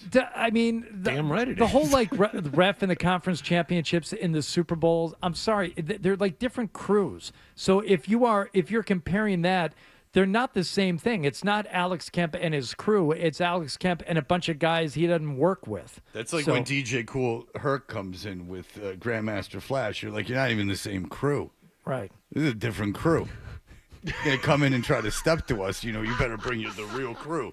Like the Get Fresh crew. I want every member. You know any of those three bands? No. No, that's even before me. That DJ Cool Herc, no one knows. That's before I was even alive. You said Grandmaster Flash. That's fairly popular. No, you got to give her some grace on that. All right, I mean, that's fair. super old. That's right. like wearing leather-studded jackets rap era old. Yeah. It's before my time. I got to give Kendra a break on that. Grandmaster Flash. Straight lines. Curved dots that make it up. Yeah. No, I'm going to give Kendra a All big right. pass on Fair Grandmaster Flash. She doesn't need to know that. And it's nothing to investigate either. It's not overly impressive anymore. All right, we will be back in just a moment with more Kendra and the award-winning sponsored email segment that Kendra makes fun of. More.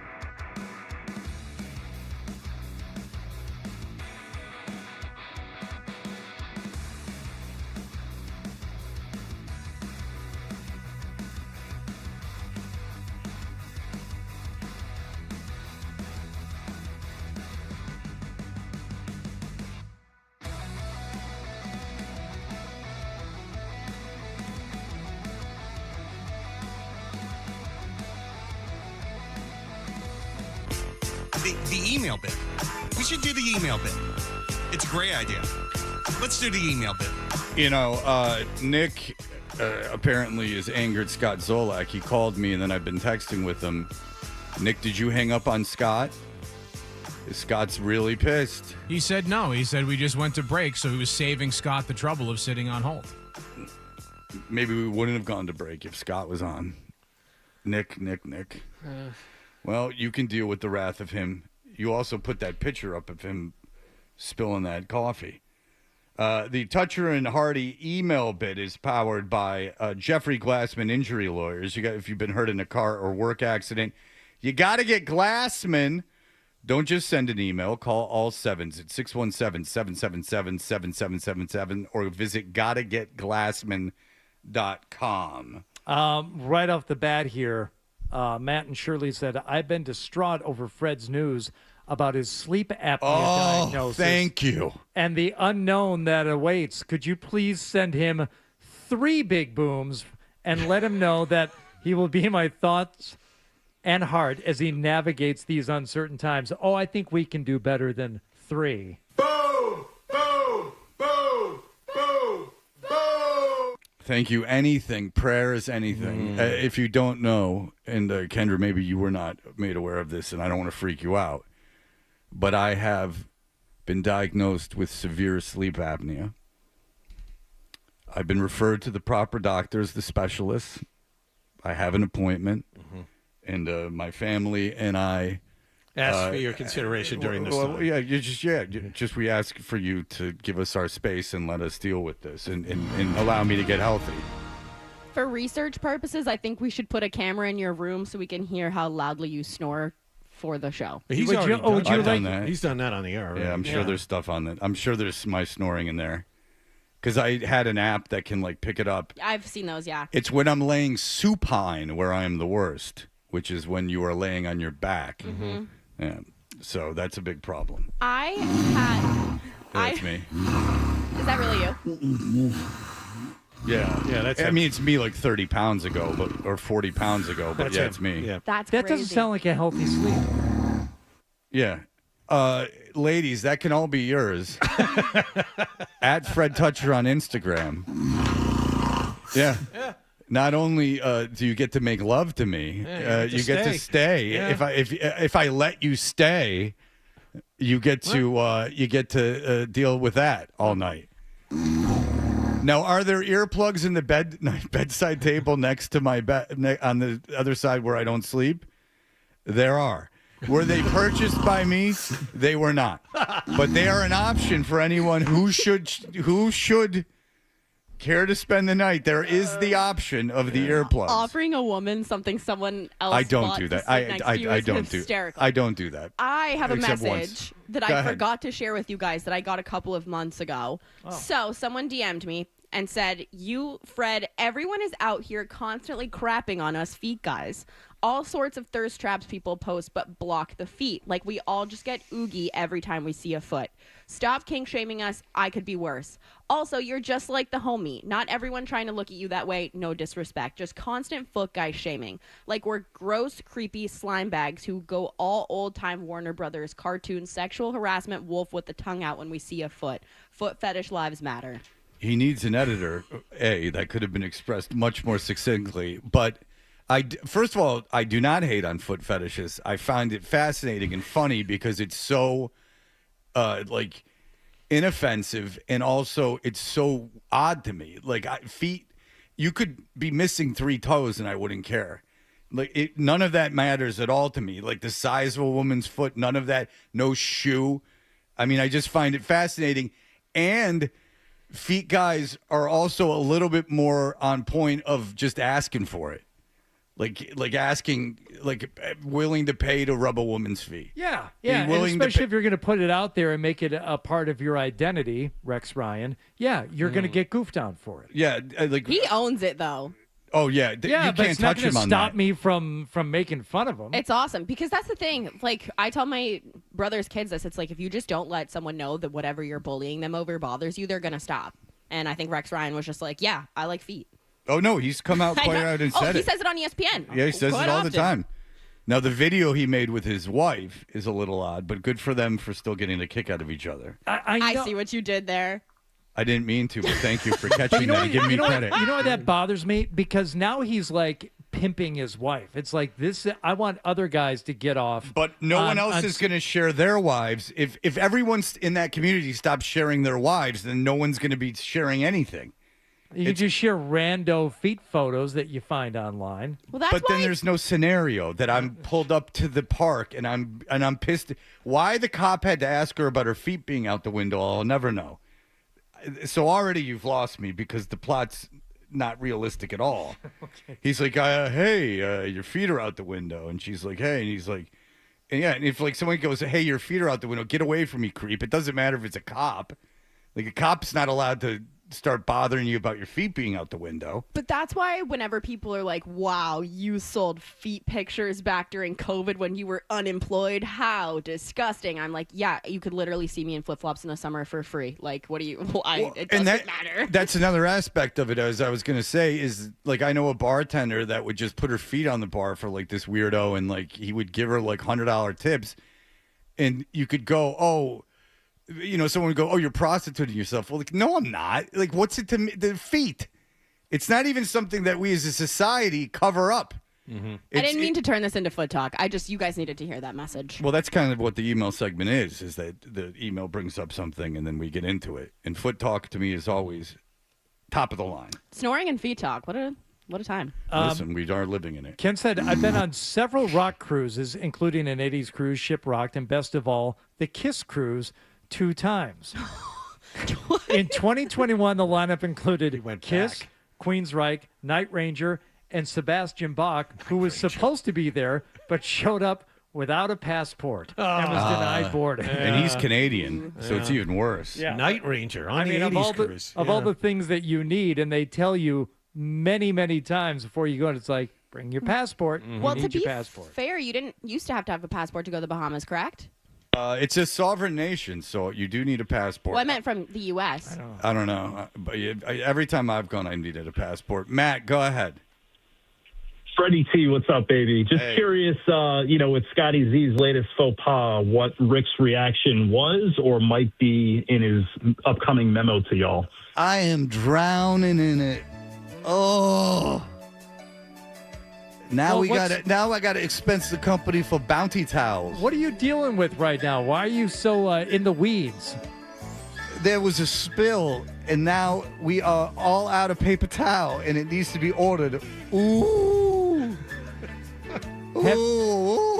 You're not put out at all by this incoming storm on Sunday night, are you? You had the best lines about the storm yesterday. I'm not going to steal your lines. Come on, Hardy. Oh, this is going to turn into a winter blunderland. There are going to be mistakes aplenty. Yeah. He's handling it. Mike, go ahead. Frank, 2 quick things. First of all, as a fellow diagnosee of chronic obstructive sleep apnea, there is hope for your future.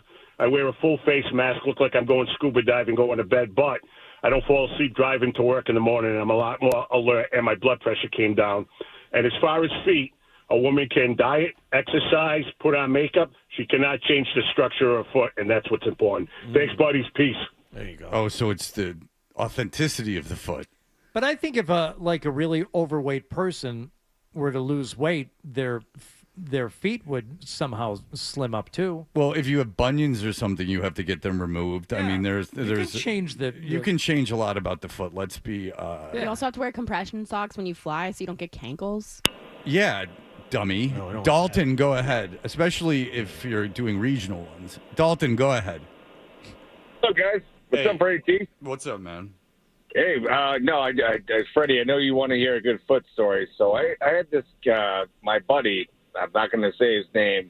Well, his name is Steve-O, but we call him Fido. He likes, oh, yeah. Yeah. So Fred, he, one time, she used to work for Domino's. The woman didn't have any money for a tip. And he goes, well, if you want to throw your feet up on the, just right out here throughout the door, we can cross paths. And I said, and he told me that. And I said, wait, whoa. Okay, so he goes and he delivers the pizza, and the woman says, "I'm sorry, I don't have any money to tip you." Correct. And now, Correct. and then what did he want her to do? He wanted her said, dogs "Can to you bark. just?" Yeah. Thank you, Kendra. Thank you. He wanted. Did she have shoes on at the time? Say that again, Fred. Were her feet covered? And he goes, if you uncover your feet, that will be a tip for me." Oh yeah. That was the worst part. Yeah, and he thinks this is like a logical conversation with me. And I said, Steve-O, that's not cool, dude. Like you can't do that. Didn't she did it? Did she take her shoes off? Yeah. Yep. And and he lost. He thinks that's logically okay. But what's the funniest part is he went back a week later, mind you, and she did the same thing again, didn't tip him again. And I was like, you got to be freaking kidding me, man. Well, yeah, because she feels like now I can save some money, and this guy would rather see my feet than get money anyway. Yeah. Again, like you could just go to the pool or like go to the beach and everyone's going to have their shoes off. It's like open-toed sandals. Like, again, if you have a foot fetish, it's just feet. I mean, it would almost seem like it would be too much. There's just feet all over the place. Couldn't live in Florida. No, I mean, girls are wearing flip-flops. I mean, you go to Rollins, like my school, except for like January, everyone's got flip-flops on all the time. You got to be in erotic heaven. And it's like every time you see feet, do you get all horned up physically? Like, I don't understand. There could be a lot of problems. Can't go to the beach. Yeah, I mean, you can't. Yeah, especially in swim trunks. Unless you have duct tape. You turn that thing into a tent real quick. Yeah, you got to get some kind of operation going to tie it in. Can't pitch a tent at the beach. No, not where families are. No. That's for a fact. You could go to some beaches in California. I heard that's a thing there, but not Florida. Really? Oh yeah. Huh. Lots of nude beaches in San Francisco.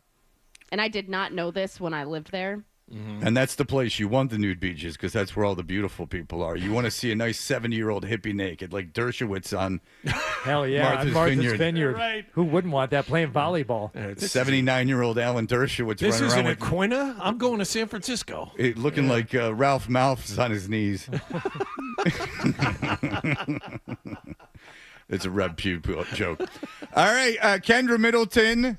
How do people? Oh, by the way, I already told you about that, about your old pictures. My son thought you were Livy Dunn. That's so nuts to me. All right, how do people get in touch with you, Kendra Middleton? I am officially at Kendra Middleton everywhere. I got my old username back on Twitter, back from the porn star that hacked in and stole my name. So we're back. All right. Wow. So Kendra Middleton on everything. Go check her out. Thank you, Kendra. As always, good luck with your bets. I don't think I'm here this week. I'm assuming off next week, back for the Super Bowl because there's no football next week. So we could save a week. I don't know. Question mark? I guess it's kind of up to you. Okay. I would assume it's up to you, which sounds like you don't want to come in. So no, I do. I know that we only get a specific amount of weeks. I think you're fine coming in next week. Okay. All right. Hardy won't be here, so there goes that. Plan on coming in next week. Okay, perfect. Yeah, we'll have you. All okay, right. bye, guys. Bye. All right. We'll be back in just a moment to steer this boat ashore, as they say.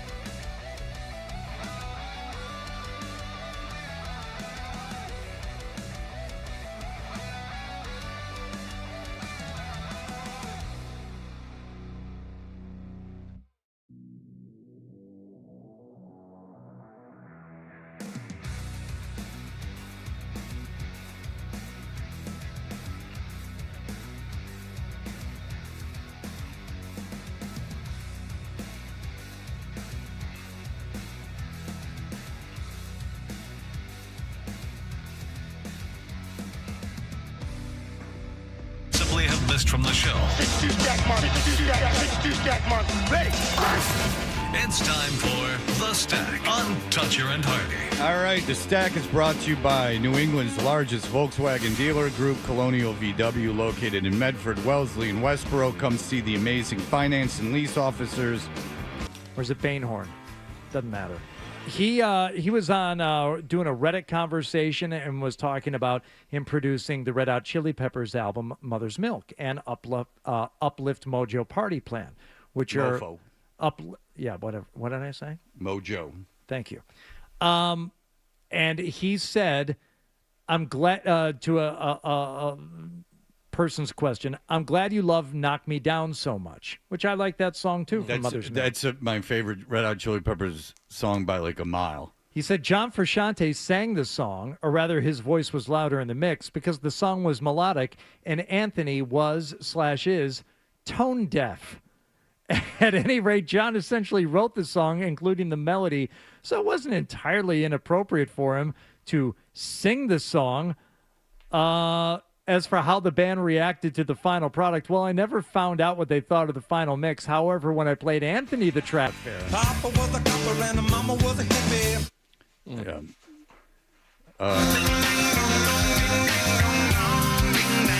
That's you all. don't understand the funk. All right, things to do in and around Boston this weekend, according to the Boston calendar. 69 things to do in Boston this weekend. Let's start with how bizarre. Dead of winter. Our annual Witchy Wintertide market returns for its second year at Charles River Speedway, Western Ave in Boston. Expanded oddities extravaganza, curated collection of curiosities. They got knickknacks. Well, they got all Chris, you kinds said, of you know, how bizarre. I immediately thought of the 90s hit from OMD, who should be on the 90s cruise but couldn't make it. Oh, they should be. Yeah. Fred, there's one... By the ride. There's one thing... Chevy 69. The video for that is the greatest. You want to find the rest by the road. Destination unknown. As we pull in for some gas. You're awful cocky for a guy who's never going to do this again. That's right. How? He's never going to have another song, we know. Yeah, you are Never real again. full of yourself for someone who's fallen off a cliff. Fred, good news for you. Newton Winterfest. Oh, yeah, I've seen the signs. This weekend. Yeah. It brings Newton's neighborhoods to life with music, art, and community connection. If you love ladies wearing baggy jeans with tote bags, this is the place for you. Closing down a lot of streets in the neighborhood? Live Not by me. performances, interactive art, storytelling, and family-friendly activities. Will you and the children be attending any part of Newton Winterfest? No, but if they were little and we had nothing to do. Storytelling with the wind chill of 30 below? Yeah, this might have to be canceled. I think they might think about moving this. But then all the people that go to the Cold Springs Park, what do you call it? The outdoor market, that park in the street and then glare at you like you're an animal for driving. Well, based on all the snow that's still on the Female ground. Woody Allens with tote bags. And the snow that's coming this weekend, this is very important, and it's absolutely free. The 10 best sledding hills in Boston. You guys want to guess where they might be? So they're in One's in Brookline. Yeah. Yeah, that is Yeah. Lars Anderson. Very good. Lars Anderson.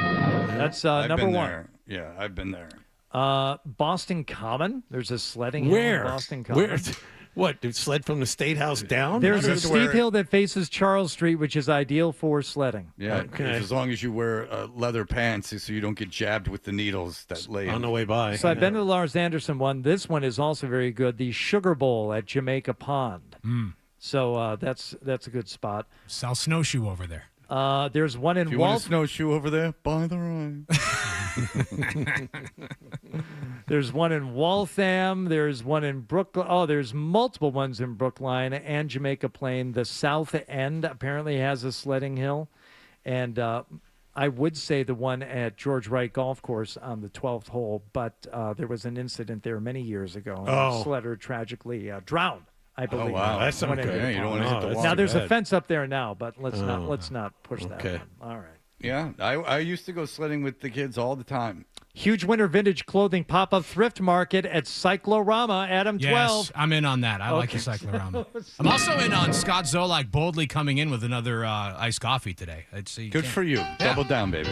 You got to get back on the horse. Stick it into their faces. Uh-oh.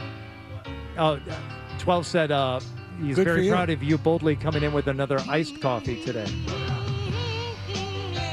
Are you What's up, mad? Adam? Are you He mad won't at be Fred? stopped. What? Well, you texted him yesterday about he's wanting to know be why mad he at me. why he posted the iced coffee Took a photo. picture. I didn't take the picture. Should be mad. Are you mad? What? Say it into the microphone. We're on the radio. I'm sorry. Well, I didn't have my headphones on. Okay. On the air yet. Are you mad at anyone? I don't know yet. We'll see. I don't get Wow. mad. I get even. Yeah, you seemed like you were kind of pissed at me, but I didn't care to investigate because you There's had no no tone to grounds text, to be Fred. pissed. There's no tone to text. You know I love you. Because you're like, did you tweet a picture of me? I'm like, yeah. And then you said why, and I said I thought it was funny. Yeah, it's not that funny. It was an accident. Did you get in I trouble? don't know. It fits your personality. I don't know. For some Does it? reason, it's funny. Yeah, you know, you're like, no. Did you get in trouble from anyone else? Not yet. Anybody talk to you? No, Dennis wasn't too happy. Well, I put it up to try to get you in can take trouble. more And Sundown tried, yeah. in fairness, I was trying to get you in trouble. I knew they'd fire you for spilling the coffee. Is that a new keyboard? It's not a new keyboard. Wow, that thing cleaned up It nice. was awesome, dude. I banged it out and I Yep. blew on it, and it was fine after that. You're blowing it a lot. It's good. Tell T-Bone about that. It's Fake Promo Friday. He's Oh, going we to got need enough. that. Don't worry. Don't He's worry going to about need that. All right. Well, Hey, have a good trip, buddy. Yeah, Thanks. he's gone. You're gonna love it. He's gonna love it. I don't think he's gonna He'll be mind it that texting me much. from that boat saying you were right. So All right. I don't think he's gonna mind it that much. So I give just me think the he's- lowdown. I tried calling in, and your a-hole intern wouldn't put me through. Yeah. You were talking about Well, I monsters apologize of for rap. that. I judged the cheerleading competition a couple of years ago. I put the two guys through. By the way, they're the two best dancers there. And I was walking back to the room. I was passing the arena, and I hear, "Yo, Rick, put your bellies on." Yo, what? What up, Rick? I need a shoehorn. Monsters of rap. Two black guys came out. They were smoking weed. Grabbed me, went in. I spent the whole night with them. Third row. It was Dougie Fresh, DJ Cool. Who else? Slick Rick. Okay. Wow. There you go. A couple others too. How was DJ Cool? Awesome. He's on the Dude, boat. when They played. Wait do you see when they play? Let me clear my throat. You ever been on a cruise? And they 5 play that? times? Yep. Yeah, that's pretty much the Ladies set. with socks pulled up to their knees and Birkenstocks As dancing. soon as he puts the needle on that record and stands there with his cane. It was one of the best concerts I went to, and I spent the night in the bathtub throwing up. There you go. Synthetic weed. All right. Oh boy. At least you Boy, didn't that eat. messed me up. At least you didn't eat someone's face. That's it. There you Go go. to the Adam. Foxborough police station and then complain about being chased there by a T-Rex. That was the other night. Yeah. It's like, hey, I got this drug for you. It's really fun. You freak out and maybe get in trouble. Oh, that's awesome. Yeah, you have a huge panic attack and have no concept of reality. Oh, awesome. That sounds like fun. All right, that'll do it for us. Enjoy yourself in Denver, Scott.